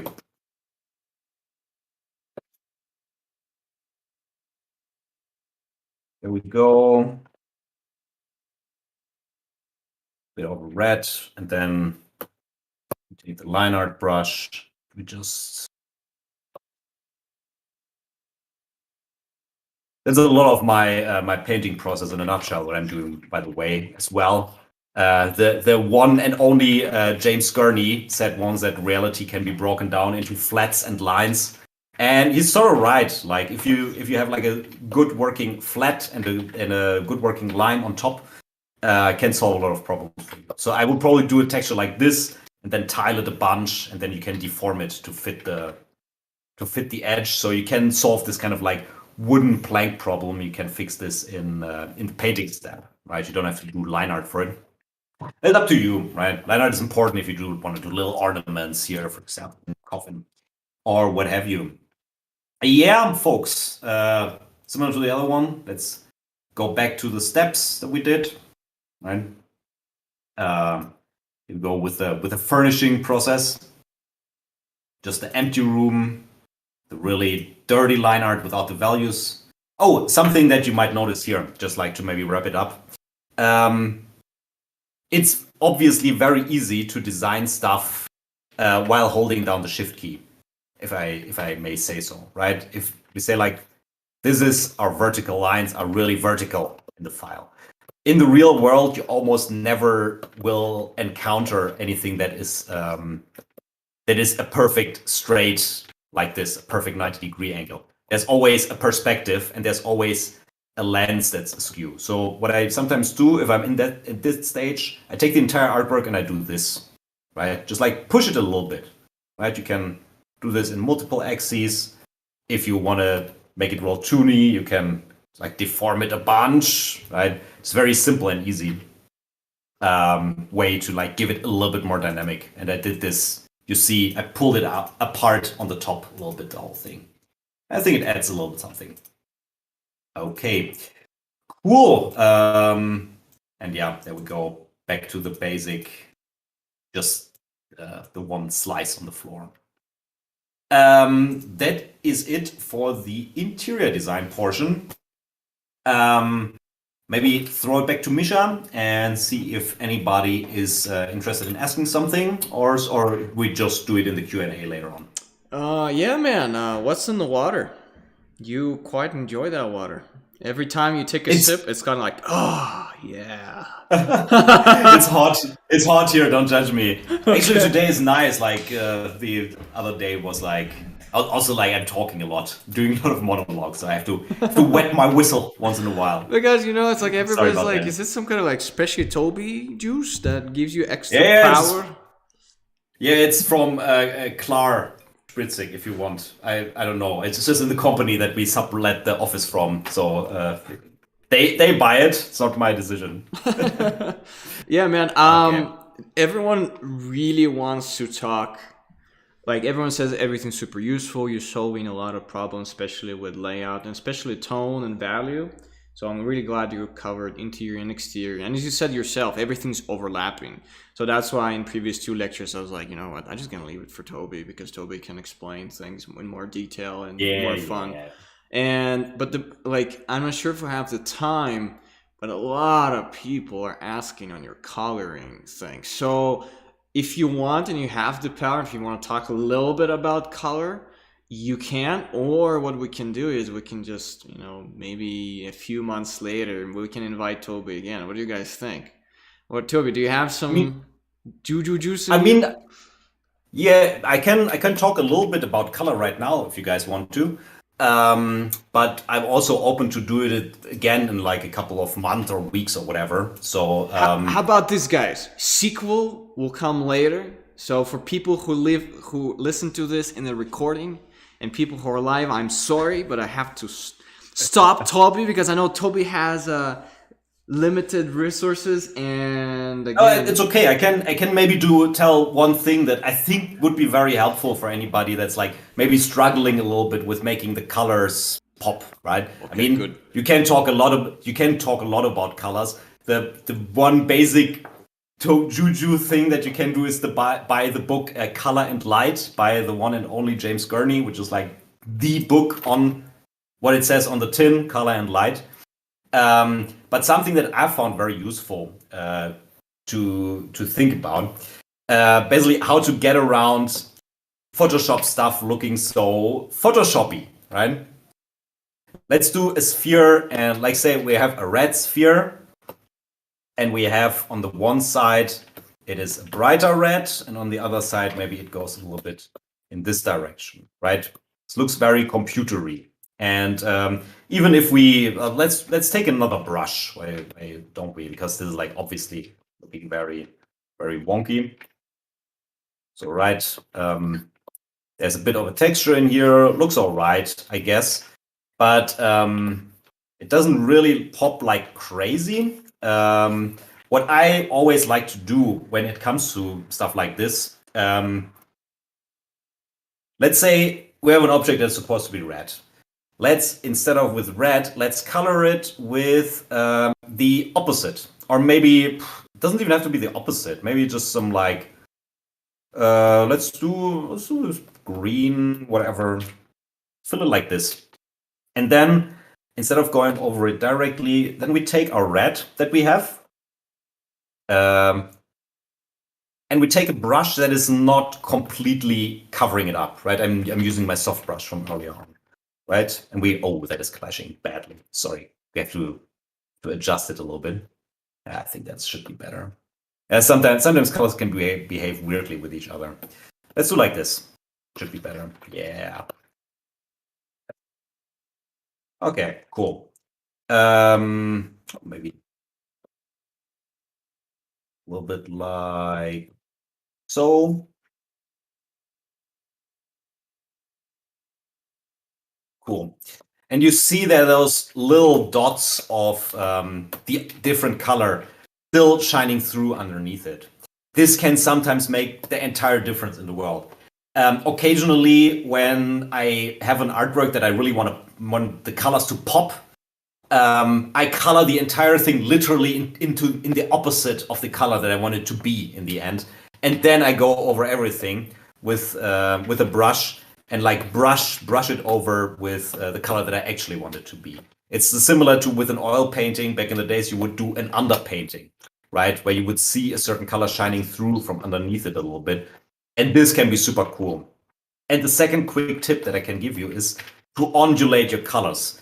If you have something that is just red, if you just do it red and then you do your classical white for the highlight and black for the shadow, never looks good, right? So what you want to instead do is say like, okay, it gets brighter, and maybe this is a bright light that comes from the sky. Sky is sort of like a cold light, so you would get a bit of a blue hue in here, right? So this is your highlight. And then around the perimeter of the ball, it would maybe dip into a bit of a purple, right?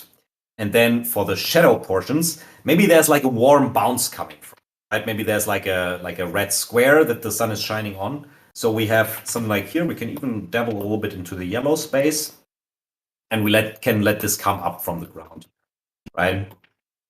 And you can experiment around with. Never use the colors black or white unless you want to design an object that is actually black or white. So always try to work around it with another color. And this way you can get this kind of like vibrance that you might sometimes be lacking. So just delete the colors black and white from your color swatches completely and try to only work with those ones, right? Yeah, we can like dabble some blue in there.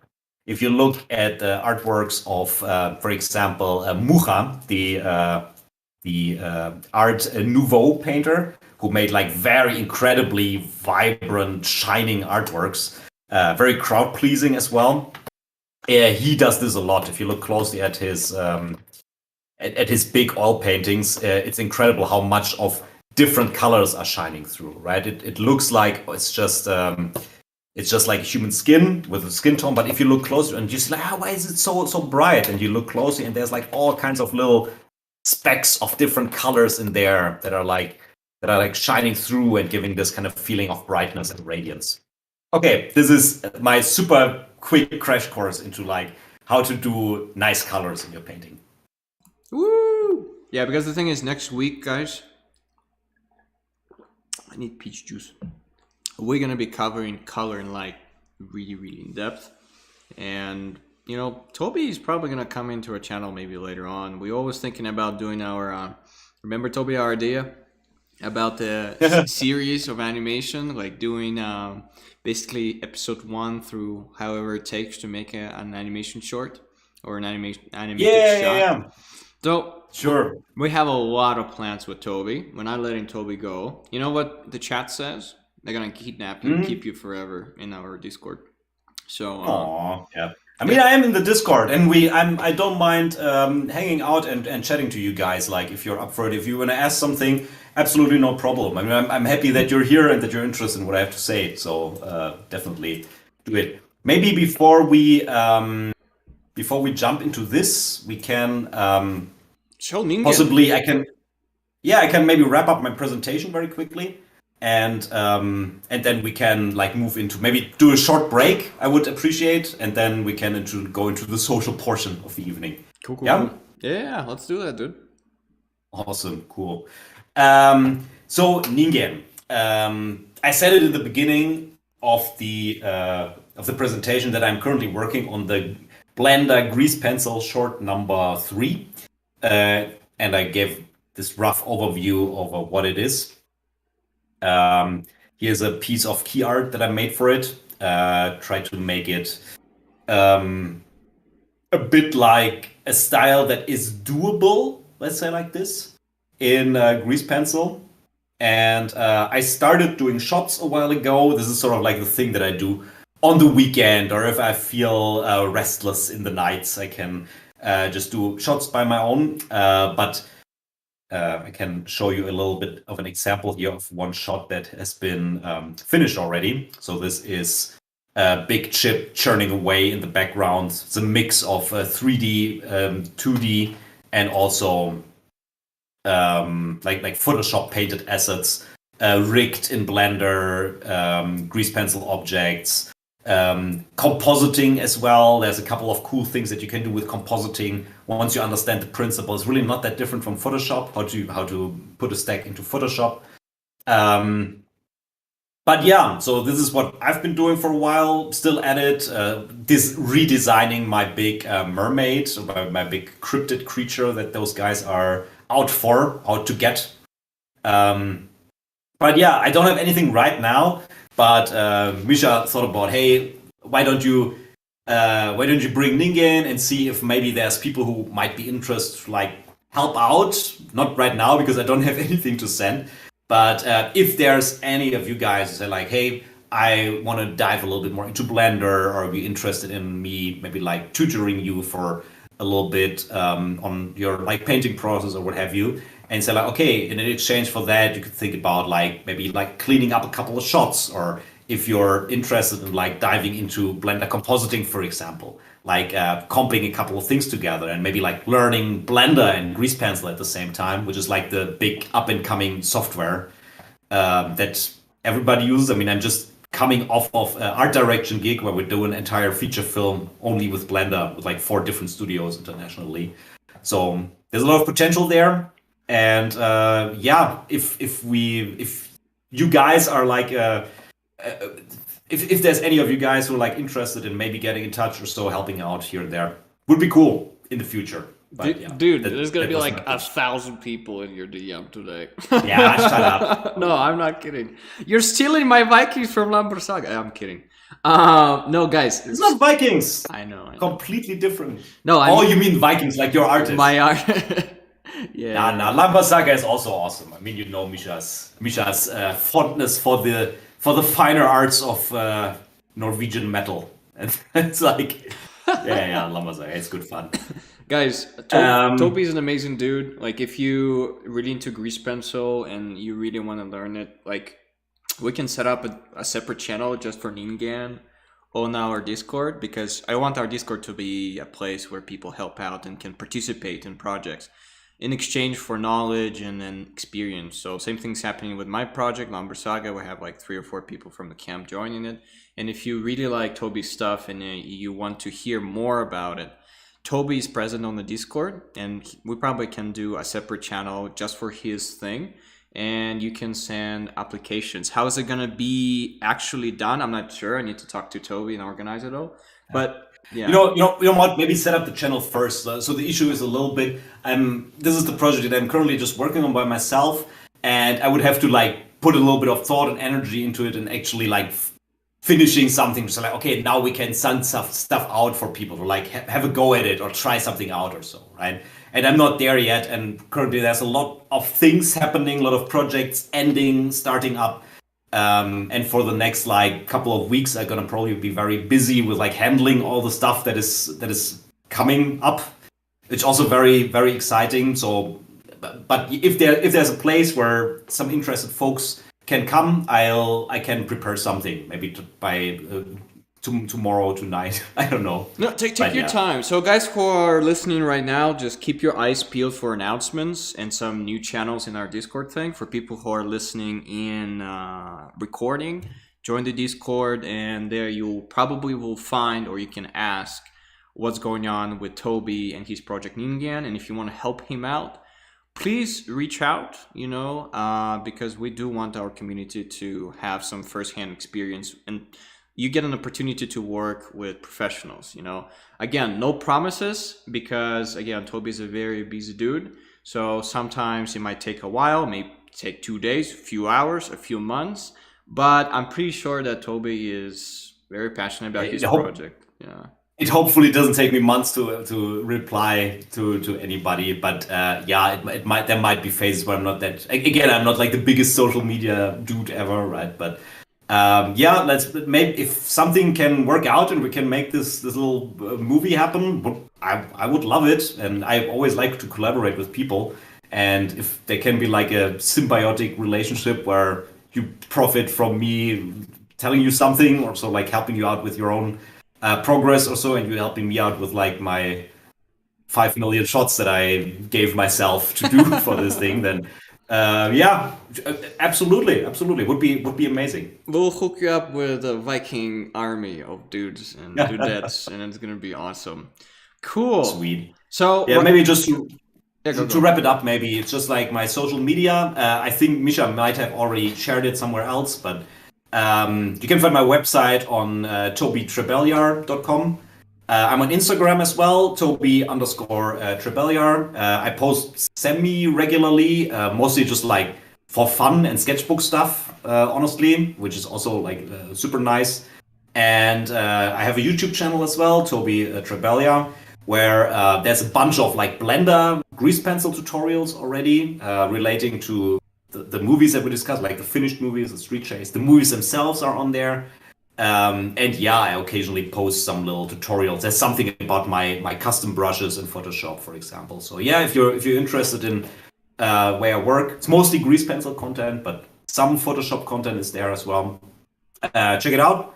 And yeah, that's it from my side. Woo! Yeah, guys. You know what?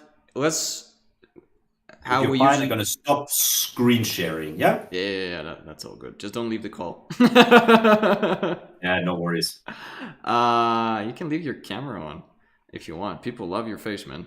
Everyone was complimenting how epically you look. Aw, you're so nice. Yeah, all of you. Come on, dude. Let's see. No, it's okay. Let me just. I just have to fight with a Discord. Okay, not OBS virtual camera, the real camera. Okay, that should be good. Camera. It's loading. That should be full screen. Will it work? Hopefully it works. No, Discord is weird sometimes. I think the Discord is having troubles with OBS, but yeah, you know, maybe I'll for now I'll just put your face and your artwork on the main screen. Yeah. So yeah, awesome.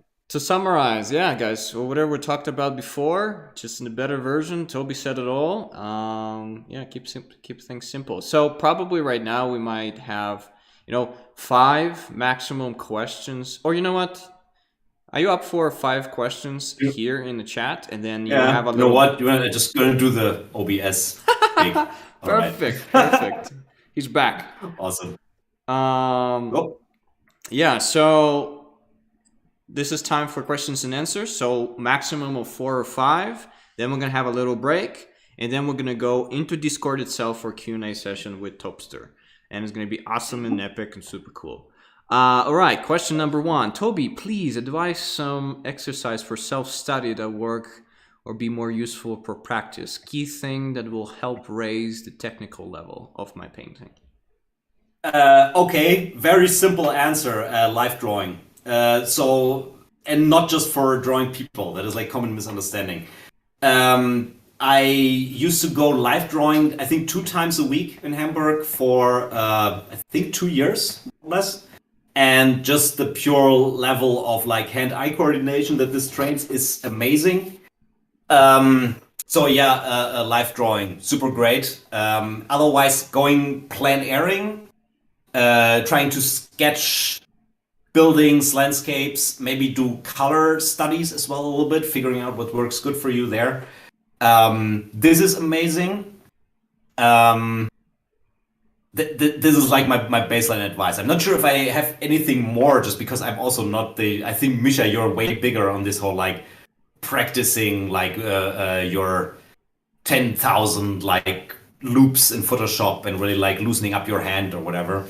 I'm not a big guy on those technicalities. Like a lot of my spontaneous drawings also look sort of crap a lot of times. I can recommend trying out as many different styles and techniques as you can, especially also when you're drawing with a pen and paper. Like try to use different pens. Try to use when you draw. Don't use a pencil, but instead just like either ballpoint pen or like a fine liner or so. It's something that you cannot erase, just because it forces you to be to basically commit to your line. And when you make one, just like work with it, how it goes. This is what I found very good practice. And what else? Yeah, when you draw, look at a bunch of other people's styles and try to emulate them. That's how I learned basically everything that I know. Just like looking at people, like, how did they do this? Let's figure it out, right? That's it. With my advice for it. Cool. Very nice. Very nice. And then we have a really cool one that people you probably will like. What inspires you, and what do you do to get better at your craft every day? Ooh, what inspires me? Yeah, a lot of different things. Mm. Again, so as I mentioned at the very beginning, I'm just interested in a whole bunch of different things. In the latest time, it's mostly been a podcast. So I'm a big fan of, for example, science podcasts. I listen to one that is absolutely fantastic. It's called No Such Thing as a Fish. It's like a British podcast with like weird facts from around the world, and sometimes there's so much amazing stuff that has actually happened or happening all around us and in the past, and that is that you never will need more inspiration than this, honestly. Otherwise, I always enjoy a good a well-written mystery or something along those lines. This I find very inspiring. I think it is very important to not get crazy with like overworking. So it's something that I really don't like. If you sometimes hear talks from like certain, mostly American artists who are proponents of this whole regime of you have to stand up at 4:30 in the morning and exercise for 2 hours, and then you have to like just paint until 9 at night, and then exercise for 2 more hours, and then you sleep for 3 hours, and you do it all again every day of the week. And I think that is a pile of bull hockey, to be frank. And it's like the LA dude lifestyle, and I'm not a big fan of it. In my experience, it's way important that you have your phases of relaxation and downtime for the inspiration to actually come.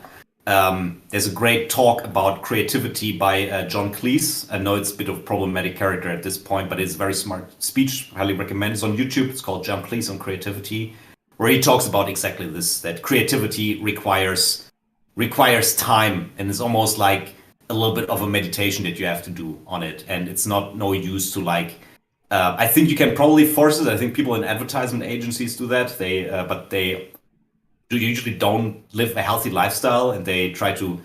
This forcing it really crushes you after a while, and you don't want to do this. You want to do this in the fun way, because it can. That's the secret. With all the stress that we make ourselves, it can be incredibly fun. This whole endeavor that we're doing. Yeah. So don't kill yourself, guys, over work. It's not worth it. It's kind of funny, Toby, because you do work a lot, though. Yeah, but I still have fun doing what I do. That's the thing. I'm not a big fan of like forcing myself to do like an all-nighter. Well, I'm also too old for this at this point. I think I did this a bunch when I was like 23 or so. At a certain point, it's like, yeah, okay, some things are not worth it. But if you're 20 and you can, sometimes it's worth it. But just measure yourself, guys. There's a bunch of questions about how you do your Blender animations and how you do your stuff with like a panning camera through an environment. Guys, check out Toby's YouTube channel. He has like freaking breakdown for everything. And, do that. So in Blender, maybe because if this is what the question is about, there's 2 ways you can do it. You can link the grease pencil plane that you draw it to your camera when you move it, So it's like literally, if you would have a real camera, you would put a plate of glass in front of it and you draw your animation directly on the plate of glass that's always in front of the camera. That is the way that I did it at the very beginning. It has a lot of problems though, especially when it comes to depth. The way I do it now more is I have a animation camera and a work camera. So the animation camera is the one that has the cool pans and goes through the scene and whatever. And then I have a work camera that is like fixed and mostly very, very wide angle, or more wide angle than the normal one, that covers basically the entire distance that the other camera pans and whatever. And I try to draw the objects in this one, right? So I have a fixed point, and then if I have to adjust it a little bit, the object, the nice thing is just true 3D space. So you can shove your object, rotate it, you can sculpt it a little bit. That's two ways to do it with a movie camera. Cool. And we have a very important question. I think it will be the last one before our Q&A session. But if you're outside the US, how hard is it to break into the animation industry as a 2D artist that does things like color keys and other production art that is only relevant to visual storytelling? When you're talking about outside the US, I'm assuming that you mean breaking into doing US productions, right? Probably, yeah. For some reason, Okay. people think only U.S. productions exist, but there's a lot of other things. So first of all, animation happens everywhere, right? And it's honestly, if you are a person who's decent and talented, who has worked a lot to improve, and is you are just like a good creative person, good concept artist or so, storyboarder, then it's not the hardest thing in the world to get into animation. Like there's a lot of jobs, there's projects happening all over the world, everywhere. You will not start at the big US projects. It's not the thing that happens. This happens. So I spent my first, as I said, I started off as a texture artist, texture and lighting artist, actually, with V-Ray. Did a bunch of matte paintings, 7 years video games industry, and after this I slowly got into feature, right? Could have gone faster if I wanted to, if I was straighter into film, but it just doesn't happen. You can be the most talented artist in the world, and honestly you will probably not just go into Disney and say, like, even if your art is more amazing than all their internal concept artists, because you always have to think for those big companies. For one, if you want to actually go there, and like for the big companies, they mostly have in-house artists, right? For them to bring you there, it's an incredible expense because of visa stuff, as opposed to like just hiring US people. Yeah. And also, it's a lot about reliability in this industry. The one thing is, how good are you at painting? The other thing is, how good are you at delivering the right quality at the right time, and with the right content inside of it, right? And this is something that comes like with experience, and where word of mouth comes a little bit into the picture, right? Where it's good if you can get recommended to somebody, right? Saying like, oh, this person did a great job and was very reliable on this one. Why don't you hire him for the next one? That's how I got in contact with the Spar Studios. Klaus, right? It was through other productions that I kind of like stepped my way through smaller things, and then I got forwarded there. But you need to take those smaller steps. And honestly, if you say your dream is like Disney, try. Concept art is like super hard. I think other departments are way easier because they don't have that. Even the big companies don't have that big of a concept department. But there's a lot of companies that do concept art as a service. And they're in a lot of places. You can find them in like England, Australia, Germany, Canada, wherever. And those companies do a lot of contract work also for Disney. Maybe not Disney feature, maybe Disney TV, right? But this is like a first step. Same goes for DreamWorks, right? And from there you can move on. The main thing is to do this as much as you can, right? And if it's not the biggest dream production yet, doesn't matter as long as you do it and you get yourself out there and you surround yourself with people that are in the best case scenario that are better than you, which you can learn from and like compete with. So you have a little bit of, oh shit, and you can ask for advice. Yeah. And that's where we get majority of our work, honestly, right? Psyop, that's an outsourced studio that does projects for other studios. And the cool thing about outsourced studios that you are able to work on a variety of projects at the same time and not to be locked in just to one style or one specific project, because it can get pretty boring, at least for me. That's why I really enjoy like freelancing and outsourced studios, because it's the same thing. Yeah. I wouldn't say that. I think it's a bit of a privileged position because I'm also in the same. I'm not crazy interested in working in feature film exclusively because the projects are very long and I like to jump around and try out different styles. And as a freelancer, I'm really happy to do that. Yeah. But I get the dream because it was my dream as well for the longest time to like do this. And I did a couple, not like full time, but if that's your dream, I respect that, and you should definitely follow this if you're into this. Yeah. What I can recommend, I think, one last thing. What helps me tremendously as a concept artist in the industry is that I have a bit of a knowledge about 3D. I'm not just a guy who paints, but I know what people who are stuck in a 3D pipeline need. I know what a modeler likes to see. I know what a texture artist or lighting artist likes to see, and I know how the system works that lies under it. So my recommendation, if you want to break into anything, do something else except just concept art. Yeah. Say like you do concept art and you also do a bit of new compositing, or you do concept art and you do a little bit of ZBrush modeling, right? For example, or just that you're familiar with other steps in the process, or you have a bit of a production experience, right? So there's always there's very rarely a straight path into like just concept art and nothing else. This is super rare. And it's always helpful to have other skills on the side to bolster your profile and to make you a bit more unique in your skill set. Yeah. Well, you know, there's a lot of freaks of nature sometimes that do just want exclusive things, get hired for it too. But it does help that you can do this and that, because the director can say, "Oh, you can also do color keys and polish keyframe things." And That's what you just said. There's a couple of freaks of nature, but you cannot always rely on. Because I don't consider myself one of those. I'm not sure how good I would be if I didn't have this kind of 3D background and like sort of this the understanding that comes from this in regards to how a production works, what people need.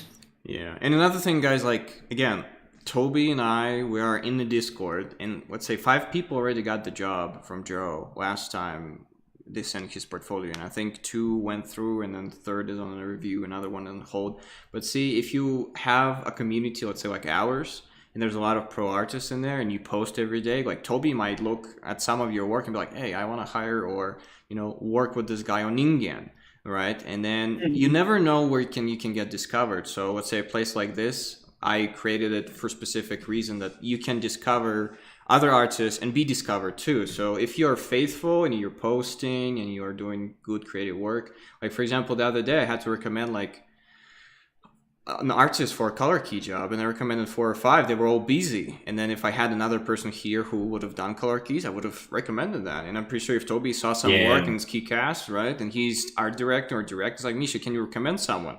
Because a lot of times people would reach out to me, producers like, "Misha, like, do you have any artists?" And I say, well, most of them are working, so you never know where your chances are going to come in. So if you're part of this community and you're doing the art camp and you're faithful and you're posting, like I got my first jobs out of a Discord community, actually talking to people like Toby when they didn't make an industry yet. Toby was already working for 10 years in industry by then, but I got a job like that, and you might get a job like that too. And another thing is, you guys know me, and if I see valuable work and I see that it's really, really good, you will get discovered and you'll get hired eventually. So it is challenging, but it's not impossible, right? As Toby says, little baby steps.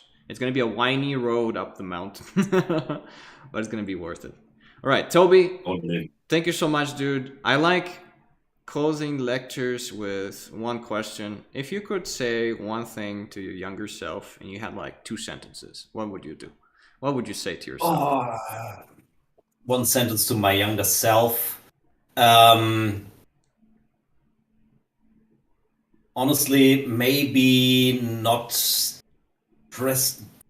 Being a little bit smarter with handling the life outside of the job. There's another subject.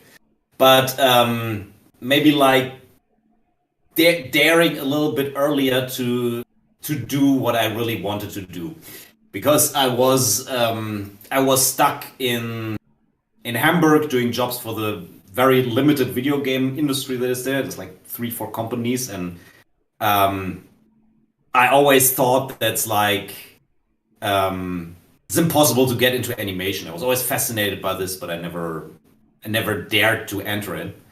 And then I said like some friend of mine like told me like, hey, what do you actually want to do? What was always your dream? And I was like, actually animation would be cool. It's like, yeah, why don't you follow this? Why don't you pursue it? And I was like, I don't know. It's like, it's hard. It's daunting for me because I don't know anybody in this industry, right? So like, and then I wrote to like a company, Studio Soy, little children animation studio in Ludwigsburg, and I applied for an internship. I literally said to them, hey, I can boil coffee for you if you want to do anything. I just want to hang around there and be something. And I would have done this earlier, or for that matter, go study a little bit earlier. I know it's a bit easy to say. I'm not sure how many US listeners we have right now, but we have the big perk over here that the college is basically free, so you don't have to pay like $10,000. And I should have studied earlier. I was priding myself a long time that I didn't study anything. I didn't learn anything, that I was self-taught. And also like a weird false pride, I would say, because it didn't bring me anything. I didn't find good jobs or so. And honestly, in film academy, I didn't learn a whole bunch. But schools are very good at like getting you in contact with people, right? Yeah. And that was something that I should have maybe thought about a little bit earlier in my life. Yeah. Honestly, I'm also super happy where I am right now. So I'm not sure if I would do much different, because this is all memories that I would say like I treasure, even the shitty times, and it's all something that I learned stuff from. Yeah. Right. It's very very few exceptions on the like winding path that I took to get here, where I say like it wasn't worth it in some regards. It's made you who you are. So the one sentence you probably would say to yourself is, "Don't be afraid." Yeah, that is always a good thing to do. Not be afraid. No, it's hard sometimes, but it also doesn't.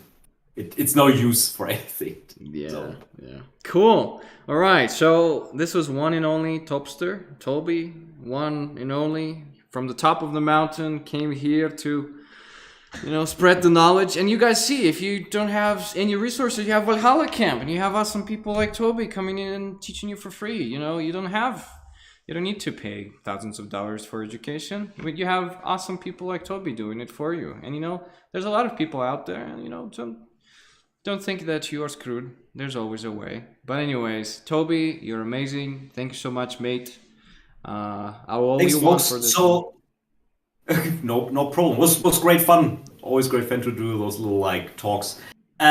So I will probably be hanging around in the Discord for a bit. I'm gonna take a quick bio break, but then I'll be in the channel for next like 20 minutes or so, I would say, if you guys want to like ask me something or so. But yeah. Cool. All right, everybody. Skål, stay hydrated. You're the best Vikings out there, and see you in the Q&A session. Bye. Woo! Awesome.